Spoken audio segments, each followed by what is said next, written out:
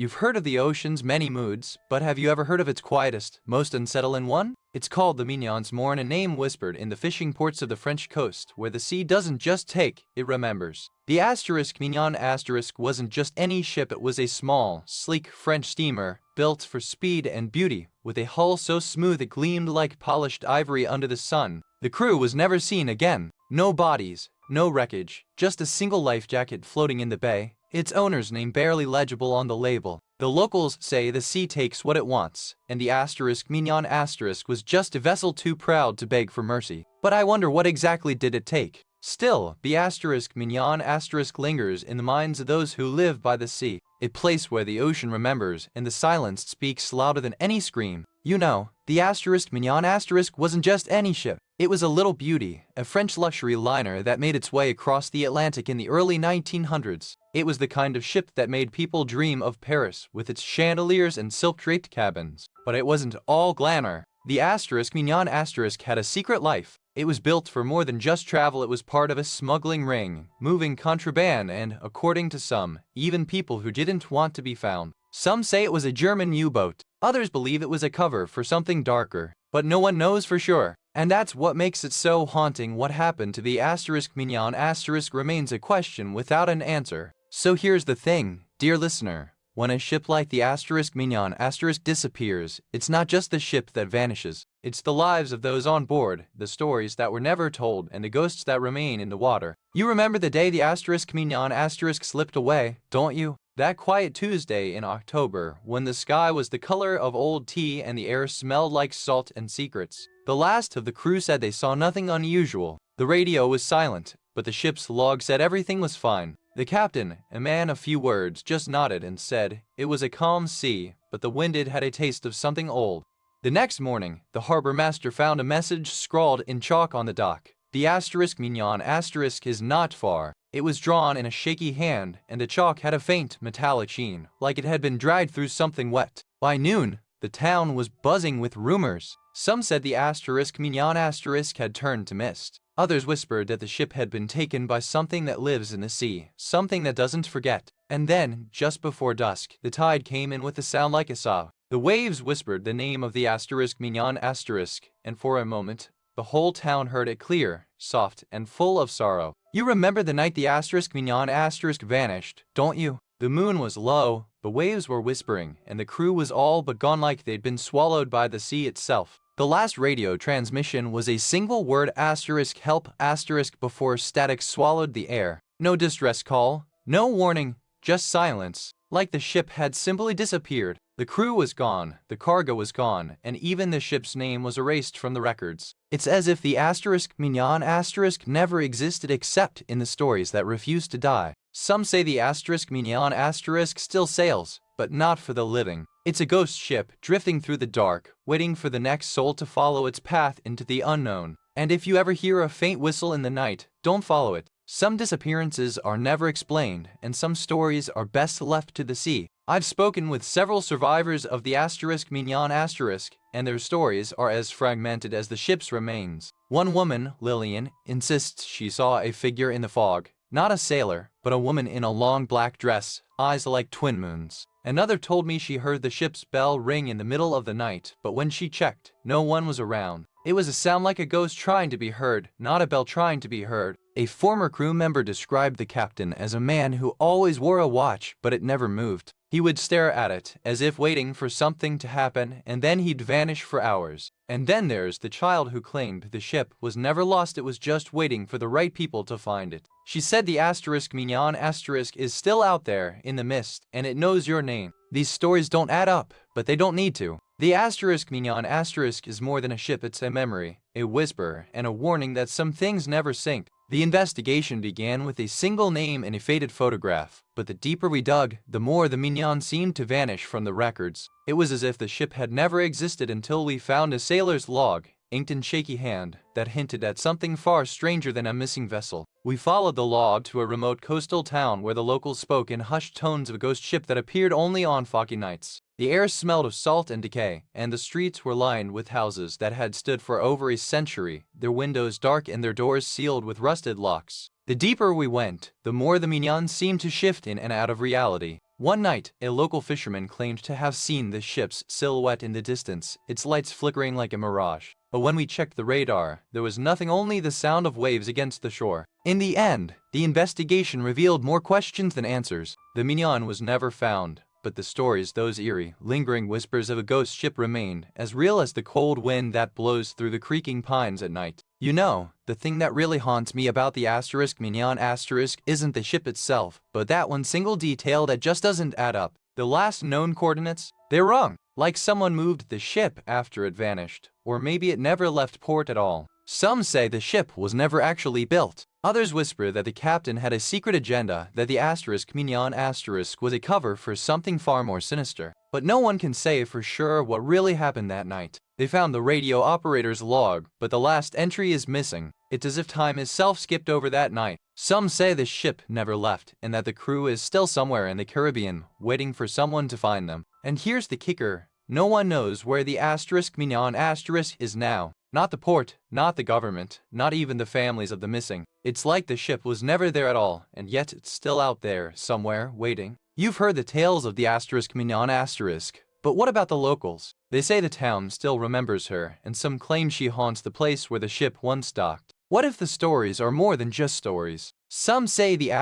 Mignon didn't just vanish, it sank with all hands. Others whisper that the crew was taken by a curse, or worse, that they never left the ship at all. What if the truth is something we can't even imagine? There is a theory, though, that the Mignon wasn't lost at all. Some believe she was never a ship at all, but a prison a place where people were taken and never seen again. What if the mystery is not about the sea, but the mind? The town's elders still tell stories of a child who claimed to see her on the shore, just a figure in the mist, waving. But no one remembers who the child was. Do you think she was real, or just a memory trying to survive? Some say the Mignon still waits for someone to find her. Others believe she's already found them. What do you think happens when the sea calls your name? Do you answer, or do you run? And so, we return to the unresolved mystery that lingers to this day. No bodies were ever found, no wreckage was ever recovered. Just a ship, a name, and the weight of a question that refuses to let go. The Coast Guard searched for months, but the sea swallowed the Mignon whole, as if it had never been there. Some say it was a ghost ship, a warning from the deep. Others say it was just a tragedy, lost in the dark. Decades later, some say they still hear the sound of a bell, faint and distant, echoing through the stillness of the night. It's a sound that reminds us that the Mignon never really left the sea. The mystery of the Mignon is not just about what happened, but what it means. A question that haunts the water and the hearts of those who still wonder if the ship ever truly vanished. You know, sometimes the most haunting things are the ones that never make it to the headlines. The SS Mignon was just one of many ships lost to time, but its silence lingers like a ghost in the fog. Quick word from our sponsor. If this sounds like something you'd enjoy, take a look at the Kindle Paperwhite e-reader. There's a link and a QR code on screen right now, and in the description below. Alright, back to it. We chase the stories that feel alive, the ones that whisper from the edges of memory. But sometimes, the quietest voices are the loudest, especially when they're not heard at all. So, as we turn the page, let's not forget that every story, no matter how small, has the power to haunt us in ways we never expect. And now, dear listeners, I'll leave you with the promise that the next tale will be just as quiet, just as haunting, and perhaps, just as unforgettable. You've heard of the Library of Congress, but have you ever wondered what happens when you walk through its endless halls at midnight? It's not just books, it's a place where history whispers and the past refuses to stay buried. Some say the walls here aren't just made of brick and mortar, they're made of stories, some of them never told. And if you listen closely, you might hear them talking in a language that's not quite English. There are whispers of books that vanish, of shelves that rearrange themselves, and of voices that call out from the stacks. It's not just the weight of history, it's the weight of secrets, and they're heavy. The Library of Congress is more than a repository of knowledge, it's a place where the past lingers, where the echoes of those who came before refuse to fade. And if you're not careful, they might find you. You know, the Library of Congress didn't start as a grand, marble-clad monument to knowledge. Back in the 1800s, it was a cramped, candlelit room in the Capitol building, filled with books that smelled like old paper and secrets. It was President Thomas Jefferson who first imagined a place where all the nation's knowledge would be kept safe, but he didn't live to see it become what it is today. His vision was bold, but the reality was messy, full of political battles and shifting priorities. The first books were brought in by hand, stacked in rows like soldiers in a silent army. They were donated, borrowed, even stolen, some of them still whispering of the hands that first held them. And then came the fire, a small one at first, then a terrible, roaring blaze that nearly consumed it all. The books burned, but some were saved, and those that survived carried the echoes of that night with them. Today, the library is a palace of knowledge, but the past lingers in the silence between the shelves. The books are still there, waiting for someone to listen to their stories. You remember how the first cracks in a wall are so subtle, like a whisper of something coming undone. That's how it started here, tiny, almost imperceptible, like the library itself was holding its breath. Then the books began to shift, not just misplaced, but rearranged in ways that defied logic. The librarians noticed at first stacks of tomes that had been there for decades now stood in impossible order. One evening, a librarian came in late, expecting to find a missing volume. Instead, she found a book open to a page that had never been there before. The text was written in a language that had no known origin, and it called her name. The next morning, the book was gone, but the scent of old paper and something metallic lingered in the air. It was as if the library had remembered something it was never meant to know. And then, the first real sign that something was terribly wrong, no one could find the place where the books had been. Not one single volume, just silence, and the feeling that the library itself had taken a breath and held it. You ever notice how some places just feel heavy? Like the air itself holds its breath. The Library of Congress? It's not just books, it's history, and some of it, it's not meant to be found. In 1970, a librarian named Helen Marlowe vanished without a trace. She was known for her obsession with the rare manuscripts section, the one they never let tourists into. They said she was looking for something no one else could see. The book she was searching for? It disappeared too. They say the library's archives are full of secrets, but some secrets don't want to be remembered. And some books? They want to be read. And if you ever hear a whisper in the stacks, don't look up. Just keep walking. Because some stories don't end. They just wait for the next reader to come along. I've heard from several eyewitnesses who claim they've seen the same figure in the stacks, tall, thin, in a dark coat, moving like a shadow. One librarian described it as a man who had forgotten how to be human. Another claimed she saw a hand reach out from a closed book, only to vanish when she tried to grab it. She said the air turned cold, and the silence was so thick it could have been cut with a knife. Some say the library is haunted by the spirits of those who once worked here, trapped between the pages of history and the weight of their own unfinished stories. The most chilling account comes from a former archivist who claimed she heard a voice whispering in the dark, not in English, but in a language that felt like it was being spoken from centuries ago. She said it wasn't the voice of a person, but of something older, something that had been here long before the library was built and something that might still be here, waiting. We started with the basics. Old records, faded blueprints, and the whispers of librarians who'd worked there for decades. The first clue is a file labeled Disappearance of the 1960s, and it wasn't what you'd expect. The file detailed a series of unexplained vanishes, staff members, interns, and even a few visitors disappearing from the stacks without a trace. No bodies, no signs, just silence. Then there were the rumors. Some said the books themselves were the cause. Certain tomes were known to call people, luring them into the forgotten corners of the library where time stood still. We found a list of books that had vanished over the years, and more than one had been associated with disappearances. It was like a strange book of fate, written in ink and shadow. The deeper we dug, the more we realized the library wasn't just haunted, it was a place where time folded in on itself, and the past refused to stay buried. You know, there's one thing that's always bugged me about this whole Library of Congress business. They've got all these stories about the books, the voices, the whispers, but no one ever talks about the one thing that's never been explained. It's not the silence, not the cold, not even the way the books seem to move on their own. It's the way the librarians always seem to know exactly where to look, even when they say they don't remember anything. They say the ghosts are just books that wanted to be read, but I wonder what if they're not just books? What if there's something else entirely? Something that the Library of Congress was never meant to hold. And that's the thing, no one ever asked why the footprint was there. No one ever said a word about it. Just like that one smear on the window. Just like the silence that hangs in the air, heavy as a secret. You've heard the whispers of the Library of Congress. But did you know there's a local legend about a librarian who vanished in the 1940s? They say she was obsessed with the occult, and now her name lingers in the oldest archives. Some say she was trying to unlock the secrets of the great library's hidden chambers.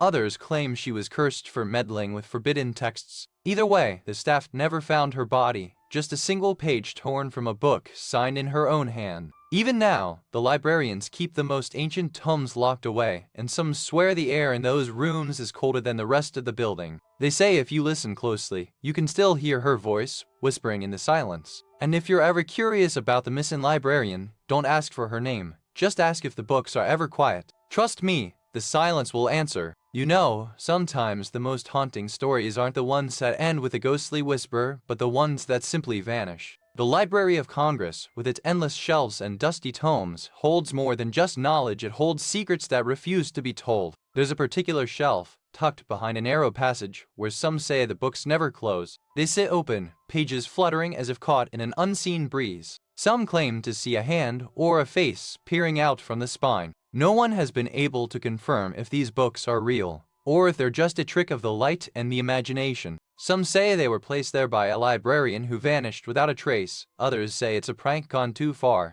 What we do know is that the Library of Congress is still watching, and that some stories, no matter how long they've been told, are never quite finished. They wait in silence for someone to listen. You know, sometimes the most haunted places aren't the ones you expect. Like a quiet corner of the Library of Congress, where the dust hasn't settled in decades and the silence speaks louder than any whisper. It's not the books that scream, but the way they seem to lean toward you, as if they're waiting for someone to listen. And sometimes, they do. Quick word from our sponsor. If this sounds like something you'd enjoy, take a look at the Apple AirPods 2nd generation. There's a link and a QR code on screen right now, and in the description below. Alright, back to it. So next time you find yourself in a quiet place, listen closely. Sometimes, the silence is the loudest voice of all. But don't worry, dear listener, we've got another tale waiting, one that'll have you turning pages both in the book and in your own mind. You've heard of the Cathars, but have you ever wondered what really happened in the mountains of Languedoc? Let me take you to Montségur Castle, where history and haunting collide like thunder in the still of night. Perched high on a craggy peak, this fortress was once a refuge for heretics and a battleground for faith. But today, it's a place where whispers of the past echo through its hollow halls.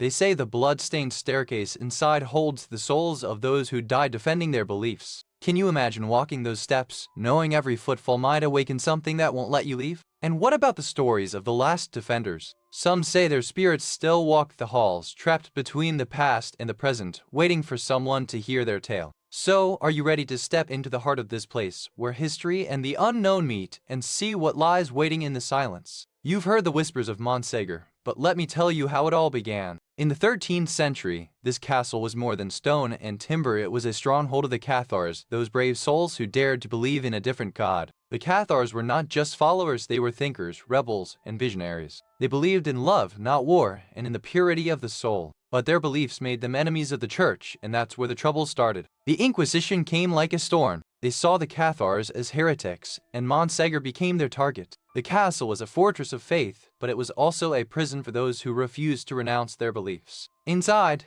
the Cathars held their last stand. Some were burned alive, others starved to death, and many were taken as prisoners. The castle was eventually surrendered, and its last defenders were led away to their fate. And so, Montségur fell. But the blood that stained its stones didn't just vanish. It lingered, like a ghost, in the silence of the halls and the echoes of those who refused to surrender their faith. You know how sometimes the air feels heavier, like the world holds its breath? That's what I felt the first time I stepped into Montségur Castle. The silence wasn't just quiet, it was waiting. The first sign was the smell. Not a bad one, but something sharp, like burnt herbs, and something older, something that had been buried for centuries and just now began to surface. I asked the guide if he'd ever felt anything strange there. He just smiled and said, "You're the first person who's ever asked that question." We passed a room where the walls were lined with old, faded tapestries. I swear one of them shifted when I looked away. Not the way you imagine in a story, but like it had a mind of its own. And then, as we climbed the staircase, I heard a whisper, so faint it might have been the wind. But it wasn't the wind. It was something else. Something that had been waiting for us. You ever wonder what happens when a castle holds its breath? Montségur was built to last, but in 1302, something inside it let out a scream that never faded. It was a night like any other, but the wind whispered secrets through those ancient stones. The air grew heavy, thick with a silence that pressed against your chest. Then, a sounded cry, sharp and sudden, cut through the stillness, echoing from the heart of the castle. It wasn't just wind or beast, it was something human, something lost. The next morning, they found her. Not a body, but a note, tucked into a hollow in the wall. It read, simply, "They took me." The words were fresh, as if written just hours before. But the castle had already swallowed her whole. No one knows who she was or how she ended up there. Some say she was a noble woman, others a servant, but all agree on one thing: she was never seen again, and the staircase where her final steps led remains the castle's most haunted place. So, do you think she's still there? Or did the castle just remember her too well? Sometimes, the silence is the loudest scream of all. I remember the first time I heard about Montségur. A friend was visiting from France and told me about the staircase that led to the secret chambers, the place where the Cathars were burned alive. You ever wonder what it feels like to walk where the last light of a soul faded? One of the most haunting accounts comes from a local historian who visited in the 1970s. He said the air felt heavy, like it held the weight of 1,000 prayers. He swore he heard a child's laughter echoing down the stairs, but when he turned, there was no one there. Another witness, a retired nun, claimed she saw a figure in white standing at the top of the stairs. She said it looked like a woman, but her face was obscured by a veil. She tried to call out, but her voice was swallowed by the silence. Do you think it was a ghost or a memory? Some say the stairs are cursed, that they lead not to the past, but to something deeper, something that still waits in the dark. A man who climbed them once said he felt a cold hand on his shoulder, and when he turned, there was only the wind. And then there's the story of the woman who disappeared. She was last seen descending the stairs, her footsteps echoing like a farewell. They found her coat, but not her. You ever wonder if she made it down, or if she was still waiting for someone to come find her? We followed the trail of whispers deeper into the shadows of Montségur. The walls seemed to breathe, and the air carried a faint metallic tang, like old blood still clung to the stones. The local historian, a woman with eyes like storm clouds, handed us a brittle map. She pointed to a narrow passage. This was where they dragged the condemned. The blood ran like a river. The archaeologists uncovered something unexpected: a wooden box, sealed with wax, untouched by time. Inside, a single letter, written in a trembling hand, spoke of a final goodbye. The letter told of a woman, a mother, who had chosen to stay behind. She had not been captured, but had willingly walked the last steps with her son, leaving behind a final, tear-streaked plea for peace. We left with more questions than answers, the weight of history pressing on our shoulders. The blood-stained staircase was not just a path to the past, it was a path to something far more personal. You know, the real mystery isn't the ghosts. It's the one thing they never solved. The blood on the stairs. Yes, but what was it? A crime? A sacrifice? Or something even older, something that never got a name? The castle has been studied, the stairs mapped, the blood tested, but no one has ever been able to tell you what color it was. Was it dark as night, or a pale, almost pinkish hue? No one can agree. Some say it's not blood at all, that the stains were made with something else, something that left a mark, but no trace. A dye, a pigment, a symbol, something that should have faded, but didn't. And here's the kicker: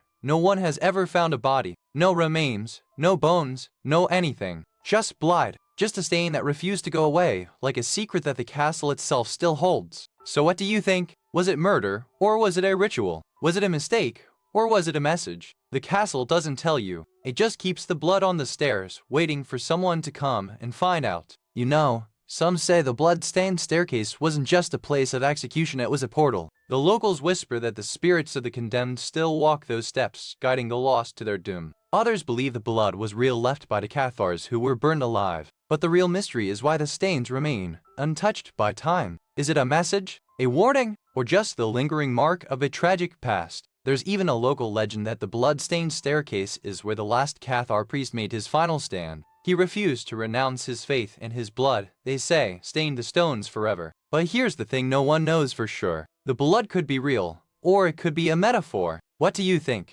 Was it a place of suffering, or a symbol of defiance? The answer, like the staircase, remains hidden. You know, some mysteries don't just fade away, they cling to the walls, waiting for the right light to reveal their secrets. And Montségur? It's still holding on to that last unsolved thread. Every year, new theories pop up like wildflowers in spring, but none of them quite fit the puzzle. What if the blood wasn't just from the past? Some say the castle still whispers, not in words, but in the way the wind howls through the stones, like it's trying to say something we just can't hear. And you know what's really strange? Some of the oldest records mention a blood-stained staircase, but never say who it belonged to. Just that it was there, waiting. Quick word from our sponsor. If this sounds like something you'd enjoy, take a look at the Stanley Quencher 40 Tumbler. There's a link and a QR code on screen right now, and in the description below. Alright, back to it. So, if you're ever in the south of France, take a look at Montségur. You might just hear the echo of a story that's still being written. You know, Sometimes the scariest stories are the ones that don't end,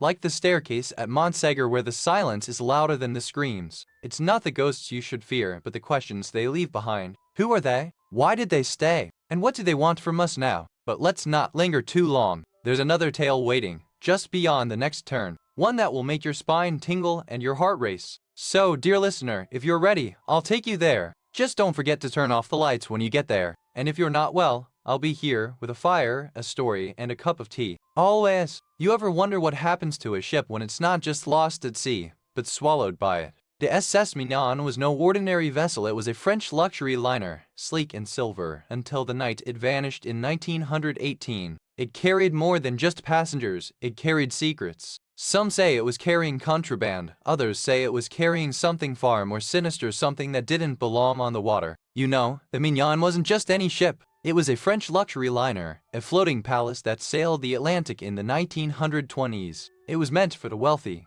for those who wanted to escape the noise of the world and find peace on the water. But the Mignon had a secret. It wasn't just a ship, it was a way to smuggle people across borders, to escape war, to find a new life. And in those years, many were fleeing France, seeking refuge in America. The Mignon's captain, a man named Pierre Durand, was a master of deception. He would take passengers on board, promise them a new life, and then vanish with their money, leaving them to drown in the Atlantic or be sold into servitude. And then there were the ones who never made it. The Mignon became a symbol of both escape and betrayal. Some say the ship was cursed, others say it was just a reflection of the greed and desperation of the time. But no matter what you believe, one truth remains: the Mignon was more than a ship. It was a vessel of fate, carrying with it the hopes, fears, and secrets of those who boarded its decks. You remember the first time you noticed the water was wrong. It wasn't just cold, it was *2* still, like it had been holding its breath for decades. Then came the stories. Whispers of a ship that vanished without a sound, of voices carried on the wind, of bodies never found, and of a curse that clung to the river like a shadow. The locals said the river was alive. Not in the way you'd expect, no monsters, no sirens, just a quiet, watching presence that made your skin crawl when you passed by at night. And then, the disappearances. One by one, people went missing: fishermen, swimmers, even children, always near the same spot, always without a trace. You started to wonder if the river was just a place, or if it had become something else entirely, something that remembered, and that waited. You see it now, the deck of the *Mignon swaying gently with the tide, the sea a glassy mirror beneath the moon. The crew, so confident in their trade, never imagined the storm would come so suddenly, so violently. Then came the wind, not just a breeze but a beast, howling through the rigging like a banshee. The men scrambled for the lifeboats, but the sea had other plans. It swallowed them whole, one by one. When the storm passed, the *Mignon was gone. Not a trace of her, not a soul aboard. Only the sea, vast and indifferent, kept its secret, and the few who survived whispered of things they could never explain. And so, the *Mignon became a ghost in the waters, a warning to those who dare to challenge the sea. Her story is told in hushed voices, in the stories of sailors who still feel her presence in the dark of the night. I've spoken to several survivors of the *Mignon's final voyage, and what they describe is nothing short of haunting. One woman, Mrs. Eleanor Whitmore, insists she saw a woman in a blue dress standing at the bow, holding a child's hand. Another survivor, Mr. Thomas Granger, said he heard a child's voice calling his name from the water just before the ship sank. He never saw the child again, but the voice stayed with him. One of the most chilling testimonies comes from a sailor who said he saw a woman in the water, her hair floating like seaweed, her eyes locked on his. He tried to rescue her, but when he reached out, she dissolved into mist. These stories, while different, all point to one thing: the *Mignon was not just a ship, but a vessel of sorrow, carrying souls that refused to be forgotten. The investigators began with the old logs, but what they found wasn't just missing records. It was like the ship had been swallowed by the sea itself. There were entire days missing from the crew's logs, and some entries were just blank. Then there were the personal effects, belongings of the crew that had no clear owners. A pocket watch, a child's toy, a woman's scarf, all found in the wreckage, untouched by the sea, as if waiting for someone to claim them. They even found a small, sealed envelope in the captain's quarters undelivered, written in a shaky hand. A read: "I'm sorry, I couldn't save them. But who was then? And who was I?" And then, the most bizarre thing of all, some of the crew's personal items had been found not just in the wreckage, but in the homes of local fishermen, as if the sea had returned them, piece by piece, to the people who once lived near its edge. It was like the ship had never left the sea and the sea had never let it go. The records were gone, the voices were silent, and the ship was still out there, waiting. You've heard the names, the numbers, the stories, but there's one thing they never tell you. What exactly did they do to the ship before it sank? No one knows what happened in that last hour. Some say they were trying to outrun a storm, others whisper it was something else, something darker, something that left no trace but the silence. The thing is, the ship was never found,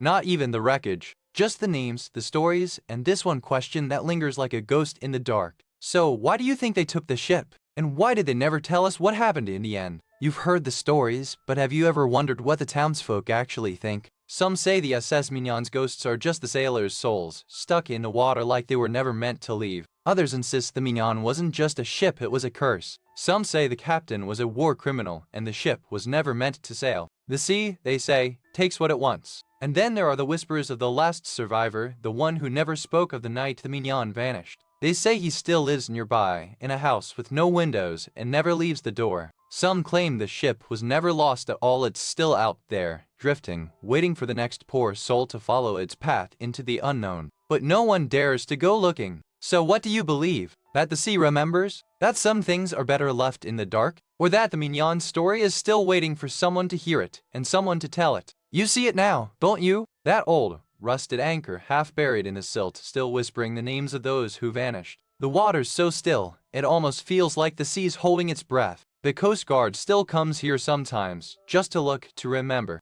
They say they can hear it, just a whisper, a name, maybe a hand reaching. But no one's ever found anything. Just silence. The town has a memorial now, a small stone wall with names carved in. But the names are only the ones who made it. The rest, they're still in the water, waiting for someone to remember. And that's why we're still here, aren't we? Still telling the story. Because some things don't just vanish. They'll linger, in the water, in the silence, in the spaces between the waves. You know, sometimes the silence is the loudest sound. When the waves hush and the wind stops, it's not the absence of noise, it's the echo of something unfinished. The Mignon's story doesn't end with the water, it lingers in the air, in the bones of the land, in the stories we never tell when the moon is low. And so, I leave you with this: the Mignon may have vanished, but its sorrow remains drowned, yet never truly gone. Now, let's turn the page. There's another story waiting, just beyond the next wave, and I promise you, it's not one you'll forget. You've heard of the Library of Congress, but have you heard of the books that whisper?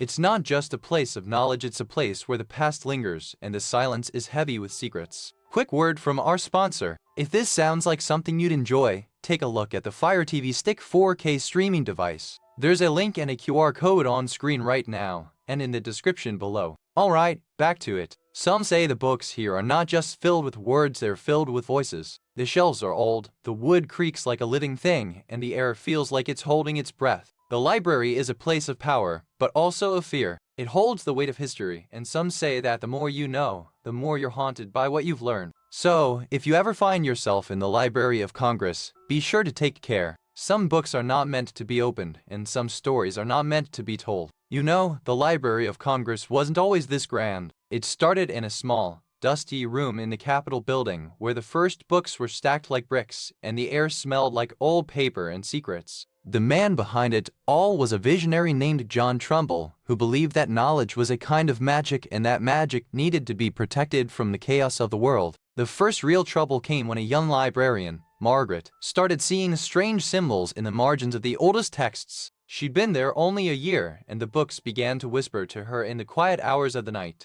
They tried to silence her, but she kept writing. Her notes were found later, filled with warnings and strange symbols that no one could decipher. It said she never left the library after that. And so, the Library of Congress became more than a place to store books, it became a place where the past refused to stay buried, and the stories it held began to live on in ways no one expected. You remember the first time you noticed something wasn't quite right. It was the way the books seemed to lean in toward you, as if whispering secrets only you could hear. Then there were the whispers, just a faint murmur, like a page turning in the distance, but no one else was there. You turned, but the aisle was empty, and the silence afterward was louder than the noise. And then the books began to change. The titles would shift, the spines would crack open, and pages would fall out, blank except for a single word: wait.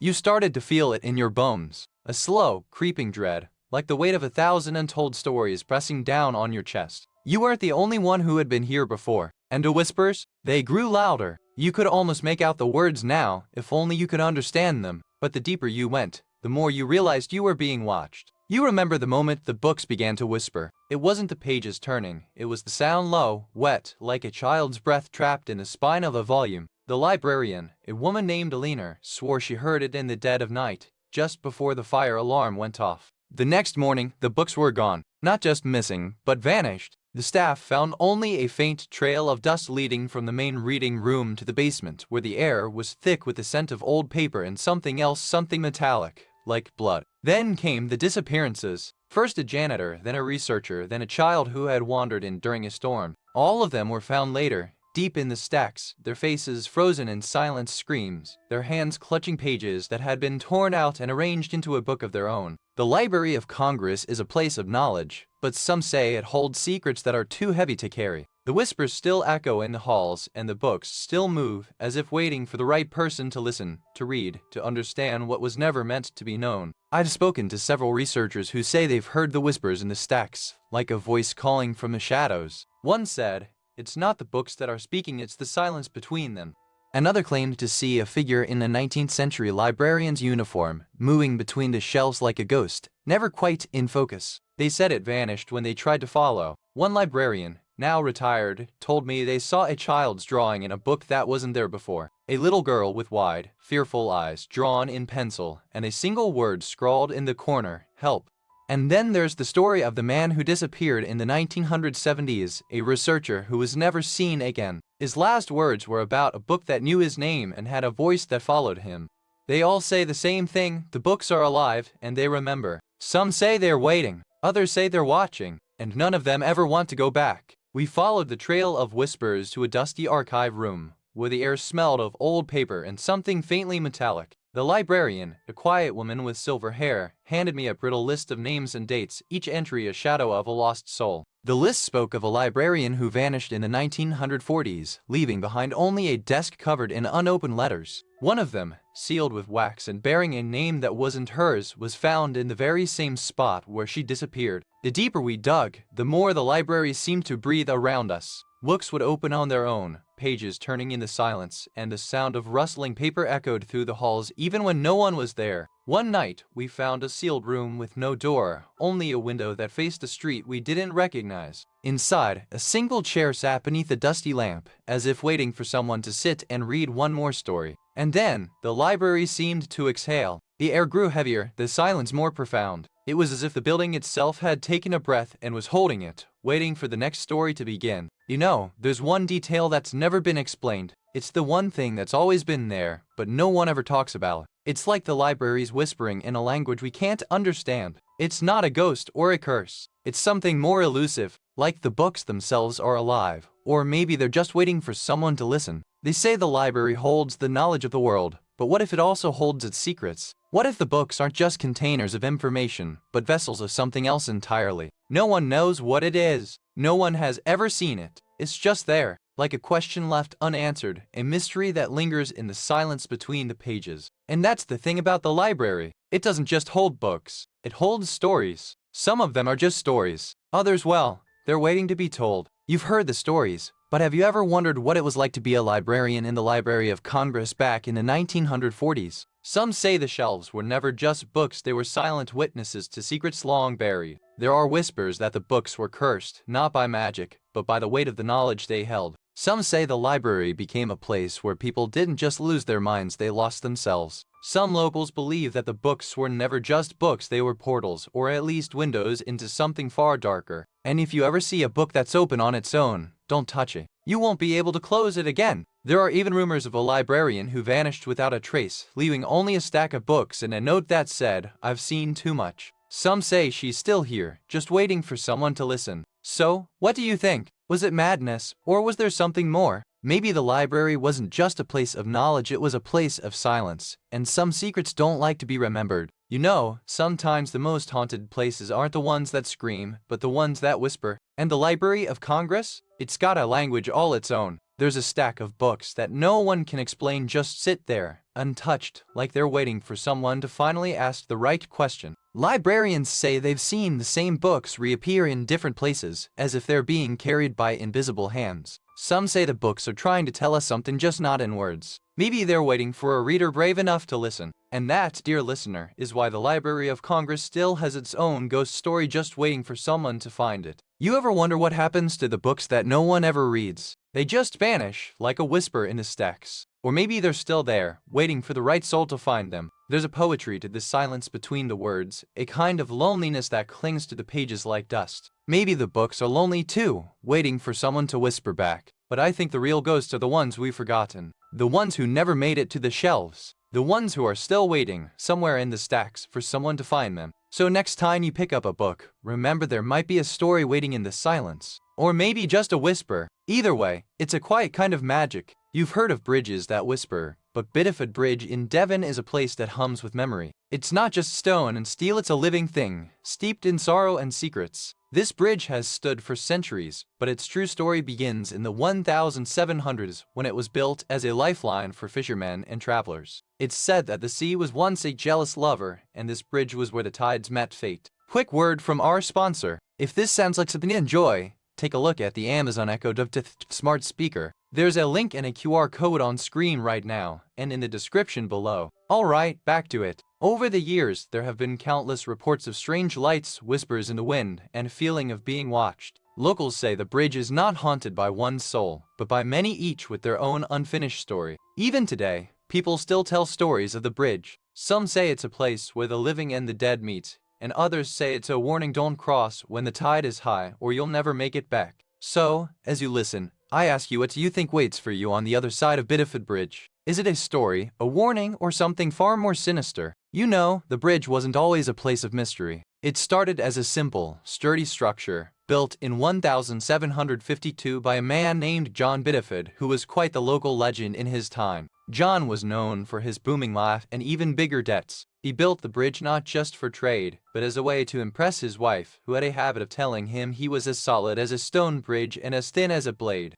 But then, one stormy night, John vanished. Some say he was swept away by the tide, others say he drowned in his own pride. And Margaret? She never spoke of him again, only staring into the distance as if waiting for a ghost to appear. The bridge became a place of both remembrance and fear. People began to hear voices at night, a woman's laughter echoing over the water, and the sound of a man's footsteps on the stones, even when no one was around. Now, the bridge is a quiet relic, but the stories don't stop. Some say the echoes are still there, waiting for someone to listen and to understand. You remember the first time you noticed something was off. It was just a whisper in the wind, like a child's forgotten lullaby, but the trees around the bridge seemed to lean in, listening. The locals said it was the wind, but the air felt heavier than usual. You could almost hear the bridge creaking, as if it were sighing in its sleep, waiting for something to wake it. Then came the lights, not from any car or lantern, but a soft glow that seemed to rise from the water itself. It pulsed like a heartbeat, and for a moment, you thought you saw something move beneath the surface. You told yourself it was just the moonlight playing tricks,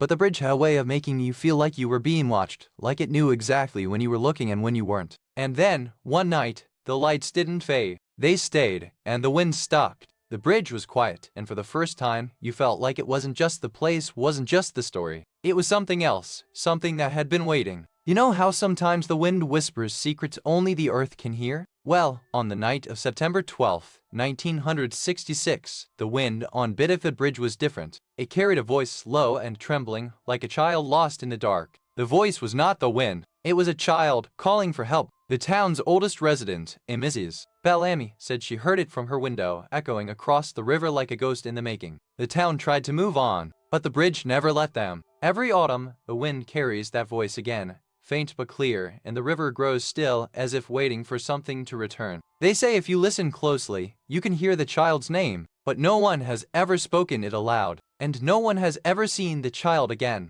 not even the wind. So, if you're ever near Bideford Bridge at dusk, and you hear a child's voice calling, I suggest you don't answer. Some secrets are better left in the wind. I've spoken with several locals who swear they've seen the bridge at night, shimmering like it's made of glass, and not a single car passes through it. You ever seen a bridge that just waits? One woman said she was walking her dog when she heard a woman's voice calling her name. She turned, and the bridge was empty, but the dog ran straight toward the river, barking like it knew something was wrong. Another man said he saw a woman in a white dress standing at the edge of the bridge. She didn't move. He tried to take a photo, but the camera just blinked. He said the moment felt like it was holding its breath. They all say the same thing, something about the bridge being alive. Like it's not just a place, but a presence. And it's waiting. For what? That's the question none of them can answer. You've heard the stories, but have you ever thought about what it's like to be on that bridge at night? To feel like you're not alone, but no one is there. And that's the real terror. And that's why we keep coming back. Not for the fear, but for the mystery. Because sometimes, the truth is more terrifying than the ghost. We started with the basics: old maps, faded photographs, and a local librarian who remembered the bridge like it was yesterday. She told us about the strange lights and the sound of weeping that echoed across the river. The first clue was a rusted lantern found half buried in the riverbank. It was cracked, the glass clouded, but the metal had strange markings that didn't match any known manufacturer.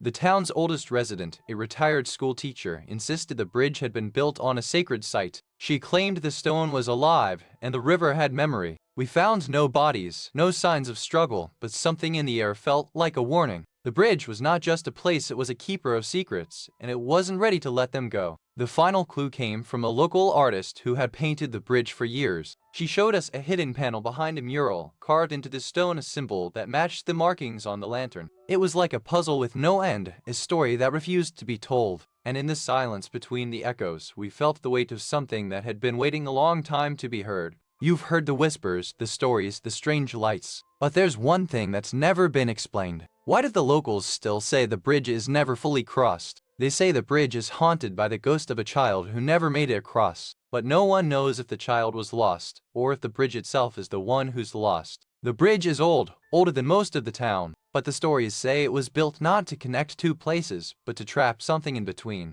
And now you're standing on it, listening to the echoes, but you're not sure if they're from the past, or if they're from the one who's still waiting to cross. You've heard the stories, but what do the locals really believe? Some say the bridge is cursed by a drowned woman's spirit, others insist it's a gateway to the afterlife. What do you think the bridge is really guarding? One local legend tells of a young mother who drowned herself here after a tragic accident, and her child's ghost still waits for her. Do you think it's a tale of grief or something more? There are even theories that the bridge is a portal to another realm, where the dead walk among the living. What if the bridge isn't just a structure, but a threshold? And then there are the fishermen who swear they've seen lights flickering from the water, or heard voices calling from the depths. What if the bridge is just the beginning of something far older? So, what do you think? Is the bridge a warning, a memory, or something waiting to be remembered? I'll leave you with this: the past doesn't stay buried for long. You know, sometimes the worst mysteries are the ones that never get solved. The Bideford Bridge, for all its history, still holds secrets that no one has managed to crack. They say the bridge has been cursed since the 1600s, but no one can agree on what exactly happened. Was it a murder? A tragedy?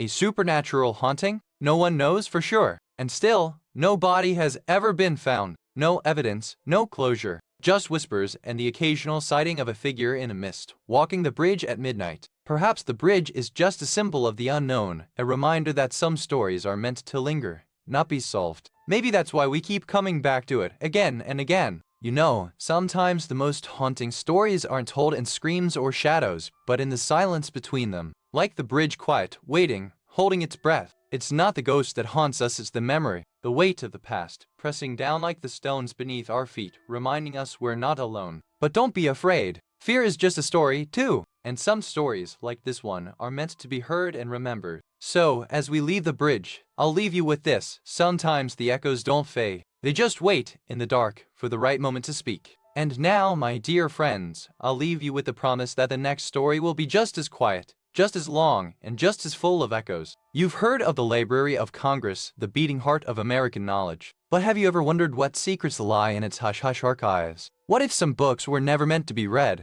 Inside, the air is thick with the scent of aged paper and ink. Dust motes float in the golden light of a single overhead lamp, catching the eye like whispers in the dark. Quick word from our sponsor. If this sounds like something you'd enjoy, take a look at the Stanley Quencher 40 Oz tumbler. There's a link and a QR code on screen right now, and in the description below. Alright, back to it. Some say the library isn't just a place of learning, it's a prison for the voices of the lost. What if a book holds more than just words? What if it holds a soul? There's a hush in the library at night. The silence is heavy, like a weight pressing down on your chest. You can almost hear the whispers of those who were never meant to be forgotten. So, What do you think? Are some books just meant to stay closed? Or are they waiting for someone brave enough to turn the first page? You know, the Library of Congress wasn't always the grand, marble-clad monument you see today. Back in the 1800s, it was just a humble building in the heart of Washington, D.C. with stacks of books and a few curious souls who wanted to keep history alive. The first librarian, John S.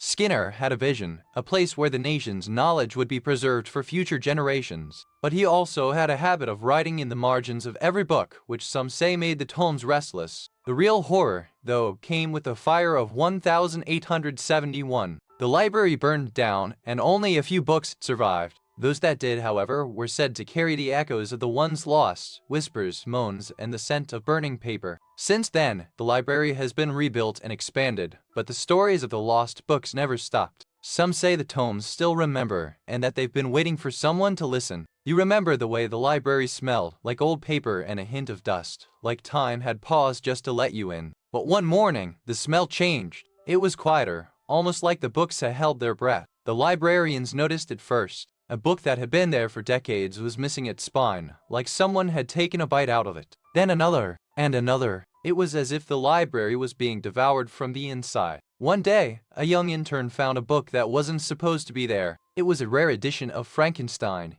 its pages yellowed and brittle. But when she opened it, the ink seemed to shift, like it was alive. She closed it quickly, her hands trembling. The next day, the book was gone. The librarian said they never received it, and the air in the library grew colder, like the silence had a weight to it. You ever notice how some books just wait for you? Like they're not just pages, but portals. And one of those portals led to a vanishing act in the stacks of the Library of Congress. In 1958, a young librarian named Clara Langston went missing after a routine cataloging shift. Her last known location was a forgotten aisle where the air felt heavier, like it was holding its breath. They found her desk, untouched, but her name was erased from the staff log, as if she'd never been there. Some say the books in that aisle have a taste for the curious, like they're waiting for the next person to walk the same path. And to this day, the library's curators still skip that aisle, not out of fear, but respect for the one who vanished and the stories that refuse to be forgotten. I've spoken to dozens of librarians and historians who swear the shelves whisper in the dead of night. Some say they've heard the rustle of pages, others claim they've seen a shadow flit past the stacks like a ghost in a library. One librarian told me she once saw a figure in a black robe standing at the end of a shelf, its face hidden in the shadows, staring right at her. She ran out of the room without looking back. There's also the story of the woman who claimed she heard a child crying in an empty room. She followed the sound, only to find the door locked from the inside. When she opened it, there was no one there. Some say the library has a way of making people feel watched, like the eyes of the books are upon them. It's not just the silence, it's the feeling of being unseen, yet fully known. And then there's the most chilling account of all, a man who said he saw a ghostly librarian walking the halls, her fingers trailing across the spines of books as if searching for something lost. These stories aren't meant to scare you, my dear. They're meant to remind you that even in the most organized of places, there are still mysteries left to solve. We followed the whispers of the books through the stacks, where dust clung to the spines like old secrets. The air felt heavier, as if the library itself was holding its breath. The librarian said nothing about the strange symbols etched into the margins of ancient tomes, only that they'd been there since the 1800s. Some said they were warnings, others that they were invitations. Some of the books had notes in them, written in a hand that didn't belong to any living person.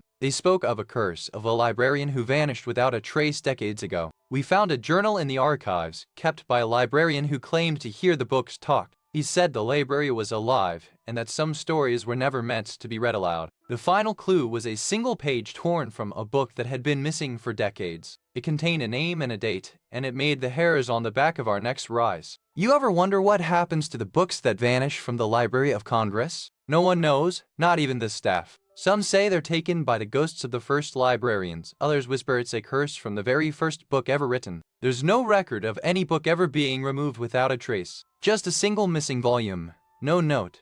No explanation, like the library itself is holding its breath. Some claim the missing book is the one that started it all, a forbidden text that was never meant to be read. Others say it's just a book that was never meant to be found again. But here's the real mystery. No one has ever seen the book, and no one has ever seen the person who took it. All we have is a silence that doesn't belong in a library of 1,000 stories. So the next time you see a book in a library, remember some stories are never meant to be finished. You've heard the whispers, haven't you? That the Library of Congress isn't just a place of books, but a place where books whisper back. Some say the shelves have ears. Local librarians claim that certain volumes are never checked out, and that the same librarian always finds them returned in the exact same spot, untouched, but with a faint, ghostly indentation on the cover. And then there are the rumors of the midnight catalogers. People say they walk the aisles after hours, their footsteps echoing through the halls like a heartbeat. No one's ever seen them, but they're always there. Theories abound, of course. Some say the books are cursed. Others say the library is just a place where the dead find comfort in the silence. But one thing's for sure, those tomes aren't just waiting to be read.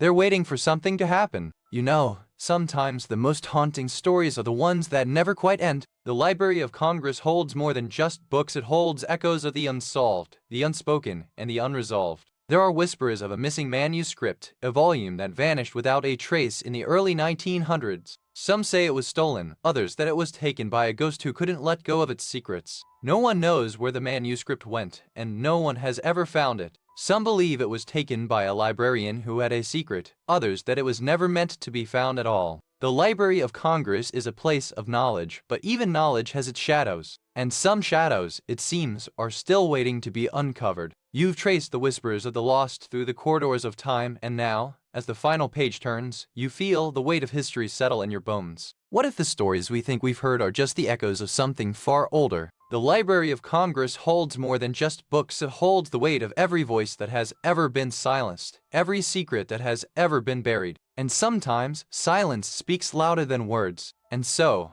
I'll leave you with this. If you ever find yourself in a place where the silence is too loud and the air feels heavier than it should, just remember, sometimes the stories are still being written. Now, if you'll excuse me, I have a story to tell, and a few more shelves to explore. You've heard of the Priory of Sion, haven't you? A place where whispers of secrets linger like dust in the sun. It's not just a ruin, it's a memory that refuses to fade. It was built in the 12th century, but its true history runs deeper than the stones beneath your feet. They say the monks who lived there kept more than just books. They kept the truth, and that truth was too dangerous to stay. Now, the priory stands in silence, but that silence is heavy. It's the kind of silence that lingers in the corners of your mind, like a story that just won't let you sleep. You might think it's just an old house, but there's something more here. Something that hasn't been spoken of in centuries, and something that still remembers. You know, the Priory of Sion wasn't always a place of whispers and shadows. It started as a humble monastic community, nestled in the French countryside, where monks copied ancient texts by candlelight and prayed for the souls of the lost. Quick word from our sponsor. If this sounds like something you'd enjoy,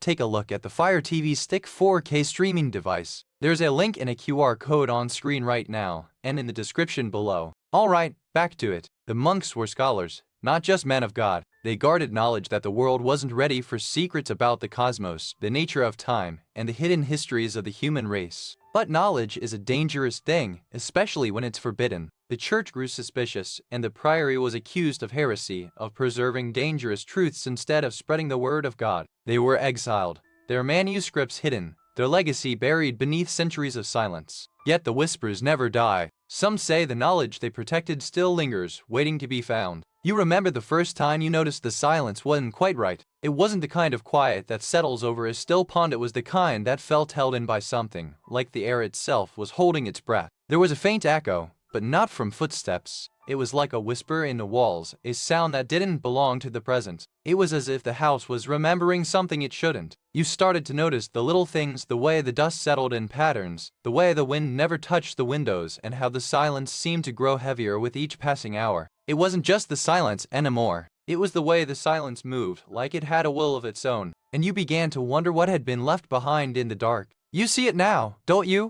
That moment when the silence broke, just a whisper, a breath, a sound that shouldn't have been there. A child's laugh, echoing through the stone halls, not one of the living. The caretaker found it the next morning. No one else was there. The doors were locked from the inside, the windows sealed, and the air smelled of something sweet and wrong, like a memory not meant to be remembered. They say the child was never meant to be here. that the priory was built to guard something far older, and the child was just the first to fall into the trap of its ancient, unseen design. And so, the silence continues. But sometimes, on the coldest nights, when the wind howls through the broken windows, you can still hear it, just a whisper, a breath, a sound that shouldn't have been there. One night, a farmer named Charles Dufferson claimed to see a woman in a pale blue dress walking the path near the priory, her hands clasped in front of her, as if in prayer. He said she never turned to look at him, only kept walking, as though she knew he was there. Another witness, a school teacher named Marguerite Bean, swore she heard weeping in the chapel at midnight,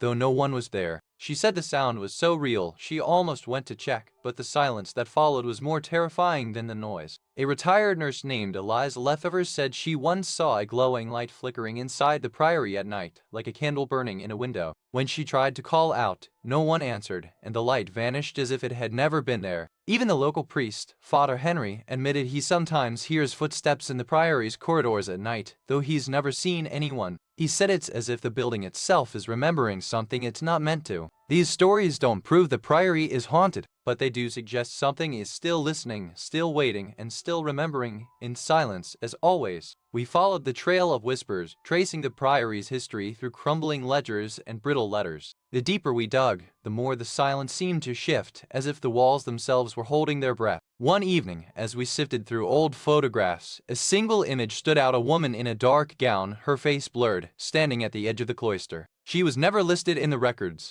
Who was she, and why was she left out? We found references to a secret sisterhood that operated in the shadows of the priory. The more we read, the more it felt like a story not meant to be told, until we found a hidden chamber beneath the chapel, sealed with a symbol we couldn't decipher. Inside, we found a room untouched by time. The walls were lined with old books and strange artifacts, but the most unsettling thing was the silence, so complete. It felt like the room had no right to exist at all. As we stood there, the silence pressed against us, and for a moment, we felt as if we were not alone. The walls seemed to breathe, and the air carried the weight of a story that had waited centuries to be told. You know, the thing that still haunts me about the priory is that one detail: no one ever solved it. It's like the whisper in the dark, the one question that no one dares to ask. They say the last priest left a note, a single sentence scrawled in the margins, but no one ever found it. It was like the words had vanished into the silence, leaving only a void where meaning once was. And you know what's strange? The note wasn't just missing.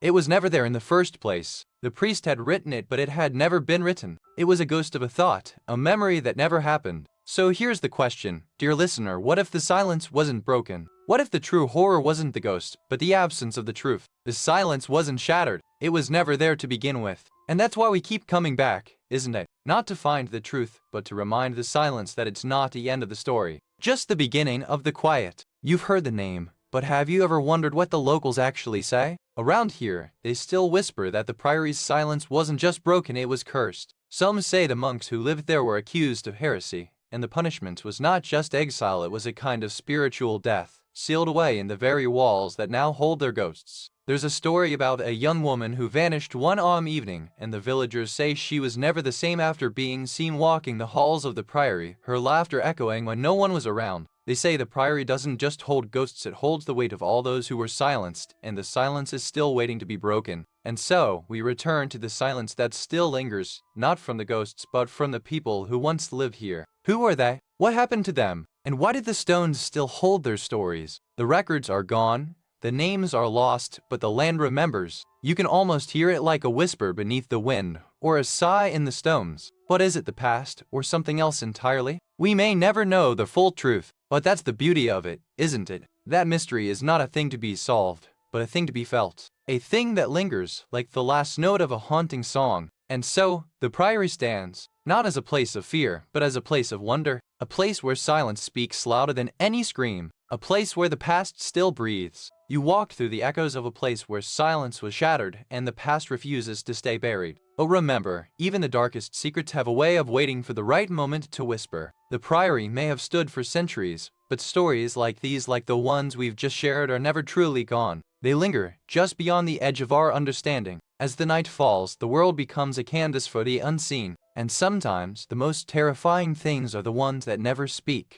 So, dear listener, as you leave this tale behind, carry its weight with you, for the past is never truly gone, and the silence is often the loudest of all. But don't worry, there's always another story waiting, just beyond the next turn of the path. Until then, stay warm, stay curious, and never stop listening. You've heard of haunted lighthouses, but Larg's Lighthouse? That's a different kind of ghost story. It's not just the light that's supposed to be seen, it's the lanterns, the ones that never seem to go out. Built in the 1860s, Larg's was a beacon for ships, but its light has never been fully trusted. Sailors say the lanterns burn with a blue flame, and that light doesn't just guide it lures. The lanterns were meant to keep sailors safe, but instead, they've drawn them in. Some say the light is a warning, others that it's a siren's call. The lighthouse itself is said to be alive, breathing with the tides and whispering to the sea. There's a reason no one lives there now. The lanterns are still burning and the stories are still being told. But if you listen closely, you might hear something else, something that wasn't meant to be heard. You know, back in the 1800s, Largs was a bustling little port town, all salt air and shipwrecks. But the lighthouse, it was built to keep the sea from swallowing the town whole. That's how it all began. The lantern was a marvel of engineering, powered by oil and flame, a beacon that burned for over a century. But it wasn't just a light, it was a lifeline for sailors and a symbol of hope for the town. But the lantern had a secret. It wasn't just oil and flame, it was a ritual,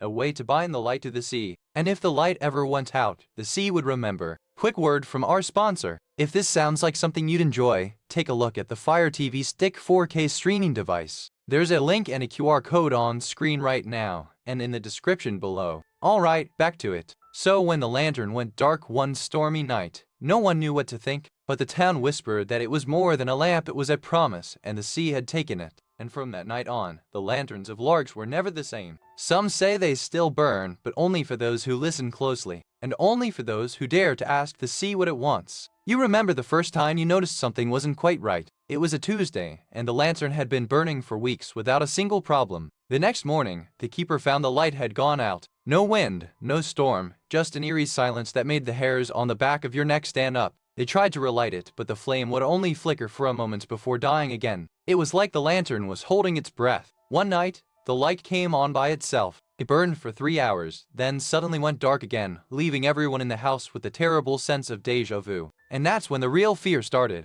Because the light wasn't just going out, it was trying to tell someone something. You ever wonder what happens when a lighthouse goes dark? Not just from a storm, but from something older. The last keeper, Margaret, vanished one night, leaving only her lantern still burning. The Coast Guard found her lantern, but no body. Just a note in the log, written in her shaky hand, "The light is not mine to control." It was the last entry before the silence. The keepers who came after her all disappeared, one by one. Some said it was the sea, but others whispered the lantern had a will of its own, and it wanted to be remembered. Now the lantern still burns, though no one lives here. Some say it's a beacon for lost souls, others that it's a warning. But if you're ever near Largs and the lantern glows red, you might want to turn back. I met a woman in Largs who said she saw the lanterns flicker even when the power was out. She described them as glowing like embers in a dying fire, but the light never stayed the same. She told me she wasn't alone that night, her husband was with her, and he saw it too. He said it looked like the light was being held by something, like a hand reaching out from the sea. He didn't believe it at first, but the next morning, the radio reported a storm that never came. The sea was calm, and the sky was clear, but the lanterns were dark for the first time in decades. Some say the lanterns were cursed when a storm killed the last keeper. Others say they were just warning the sea that the light had been lost. Either way, the light has never been the same since. We sent a team of investigators to Largs, armed with only curiosity and a flashlight. What we found was more than we expected, and less than we were ready for. The first clue was a name,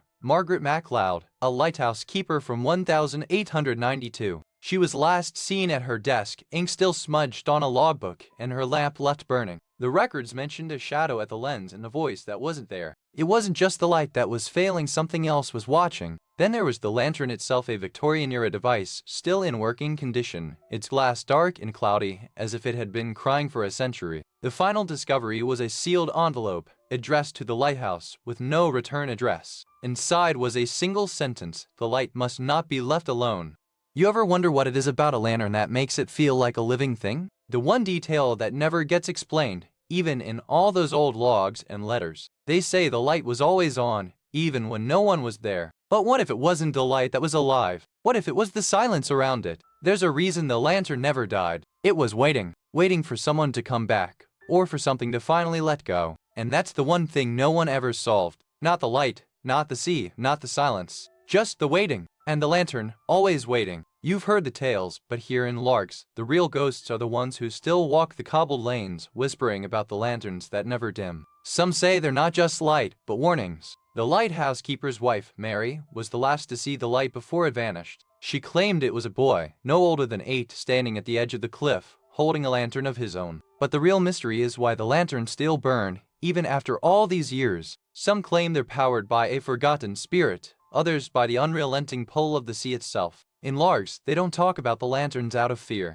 They talk about them out of wonder and the quiet hope that, one day, the light will fade, and the boy will finally be found. You know, even today, the lanterns still flicker at dusk, like they're whispering secrets only the sea can understand. Some say they're trying to warn us of something we've forgotten. The keeper's logs are missing pages, and the last one left behind just said, "The light is not ours to command." You wonder if that was a warning or a plea. Every storm brings new whispers, and every storm brings new questions. What if the lanterns aren't just a beacon, but a doorway, or a mirror? And so we wait. We watch. We'll listen. Because sometimes, the light isn't meant to be seen, it's meant to be felt. You've followed the lantern's path through time, but did you ever wonder what's truly guarding? Maybe not a ghost, but a memory too heavy to carry. Sometimes, the most haunting things aren't seen, but felt like the weight of a lighthouse keeper's silence or the echo of a warning never heeded. So, what do you think lurks in the dark beyond the lantern's reach? A warning, a lesson, or just the quiet truth that some stories never end? Now, as the night deepens, I'll leave you with one final thought. Sometimes, the light we follow is the only thing keeping us from the dark. You ever wondered what happens when a secret society meets a medieval castle? Picture this, a stone fortress, half ruined, nestled in the misty hills of France. Its walls whisper of ancient oaths and forbidden knowledge. The Priory of Sion, once a haven for scholars and mystics, is now a place of eerie silence. Rumors say its secrets were buried with its last master, but the stones still remember. Legends say the priory was founded to protect a sacred text, but the truth is buried in the shadows. Some say the air still hums with the voices of those who tried to keep its secrets. Today, the priory stands as a silent witness to the past. But if you listen closely, you might just hear the echo of a secret that refuses to die. Back in the 12th century, the Priory of Sion was more than just a stone fortress, it was a sanctuary of knowledge and power, hidden in the misty hills of France. You ever wonder how a place like that could be both sacred and sinister? It was founded by a group of scholars and monks who believed in the ancient wisdom of the Greeks and Romans. They kept secrets, not just of faith, but of the world itself. Was it noble, or just a cover for something darker? Some say they protected the bloodline of a royal family. Others claim they were the keepers of a lost prophecy. The truth is buried, like the stones beneath the floorboards of this very place. Over time, the priory fell silent, its secrets locked away, but the air still hums with the weight of what was once held here. You ever feel that the past is never truly gone? You remember the first time you noticed something was off. It was just a whisper, like the wind through the trees, but it clung to your skin like a second layer. The old man who lived in the house down the road said it was just the wind, but his eyes were too wide, and his hands trembled when he spoke. The next morning, the mirror showed a face you didn't recognize. Not yours. It was older, and it watched you with a sorrow that made your chest ache. You tried to laugh it off, but the laughter didn't come. It was like the house had swallowed your voice, and all that remained was silence and the weight of something unseen. And then, you began to see them. Not in the mirror, but in the corners of your vision, in the shadows, in the places where the light didn't reach. You ever wonder what happens when a secret too deep is buried? The Priory of Sion kept its darkest truths hidden for centuries, but the earth has a way of remembering, and it remembers the ones who tried to silence it. In 1743, a young priest vanished from the cloisters. His last letter spoke of whispers in the dark and a shadow that follows not a ghost, but something far worse. The monks never found him, and the priory sealed its doors. They say the priest's voice can still be heard in the stillness, a low murmur in the stone. But what if the real horror isn't the past, it's what the past is trying to tell us, and how we are too late to listen? The priory's final secret wasn't a ghost, but a warning, a message left in the stones, waiting for someone to finally uncover it. But some truths, once spoken, can't be unspoken, and some doors, once opened, never close. Quick word from our sponsor. If this sounds like something you'd enjoy, take a look at the Kindle Paperwhite e-reader. There's a link and a QR code on screen right now, and in the description below. Alright, back to it. I met an old friend of the family who claims to have seen the priory's secret chamber. He said it was a place where time folds in on itself, like the walls were breathing. He told me he saw a woman in a white gown standing at the threshold, watching him like she knew exactly when he'd arrive.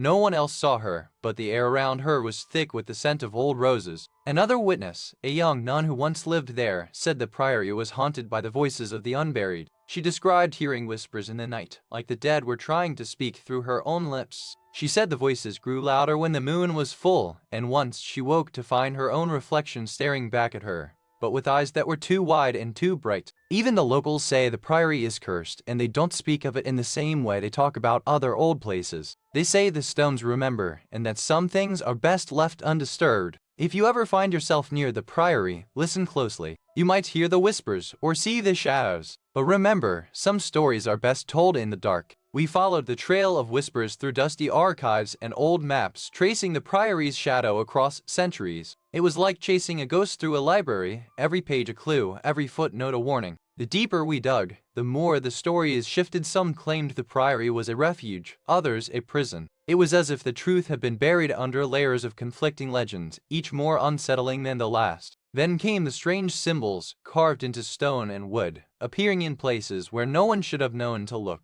They were ancient, but they felt alive, as if they were waiting for someone to understand their meaning. One night, while cross-referencing records, I found a name that had been erased from history, someone who had vanished without a trace. It was as if the priory had swallowed them whole, and no one dared to speak their name aloud. The more we uncovered, the more the silence grew. It wasn't just the absence of answers, it was the feeling that something was watching, waiting, just out of reach, like a shadow that lingers long after the light has gone. You ever wonder what happens when a secret is buried so deep, even the earth forgets it's there? The Priory of Sion guards more than just relics, it guards a truth that refuses to die. There's one detail that has never been explained, not by scholars, not by the monks, not by the ones who came after. It's the one thing that ties the whole story together, yet remains a whisper in the dark. No one knows what it is, not even the ones who swore to protect it. Some say it's a name, others say it's a place. But the truth, it's still waiting, buried in the silence between the stones. So the question is,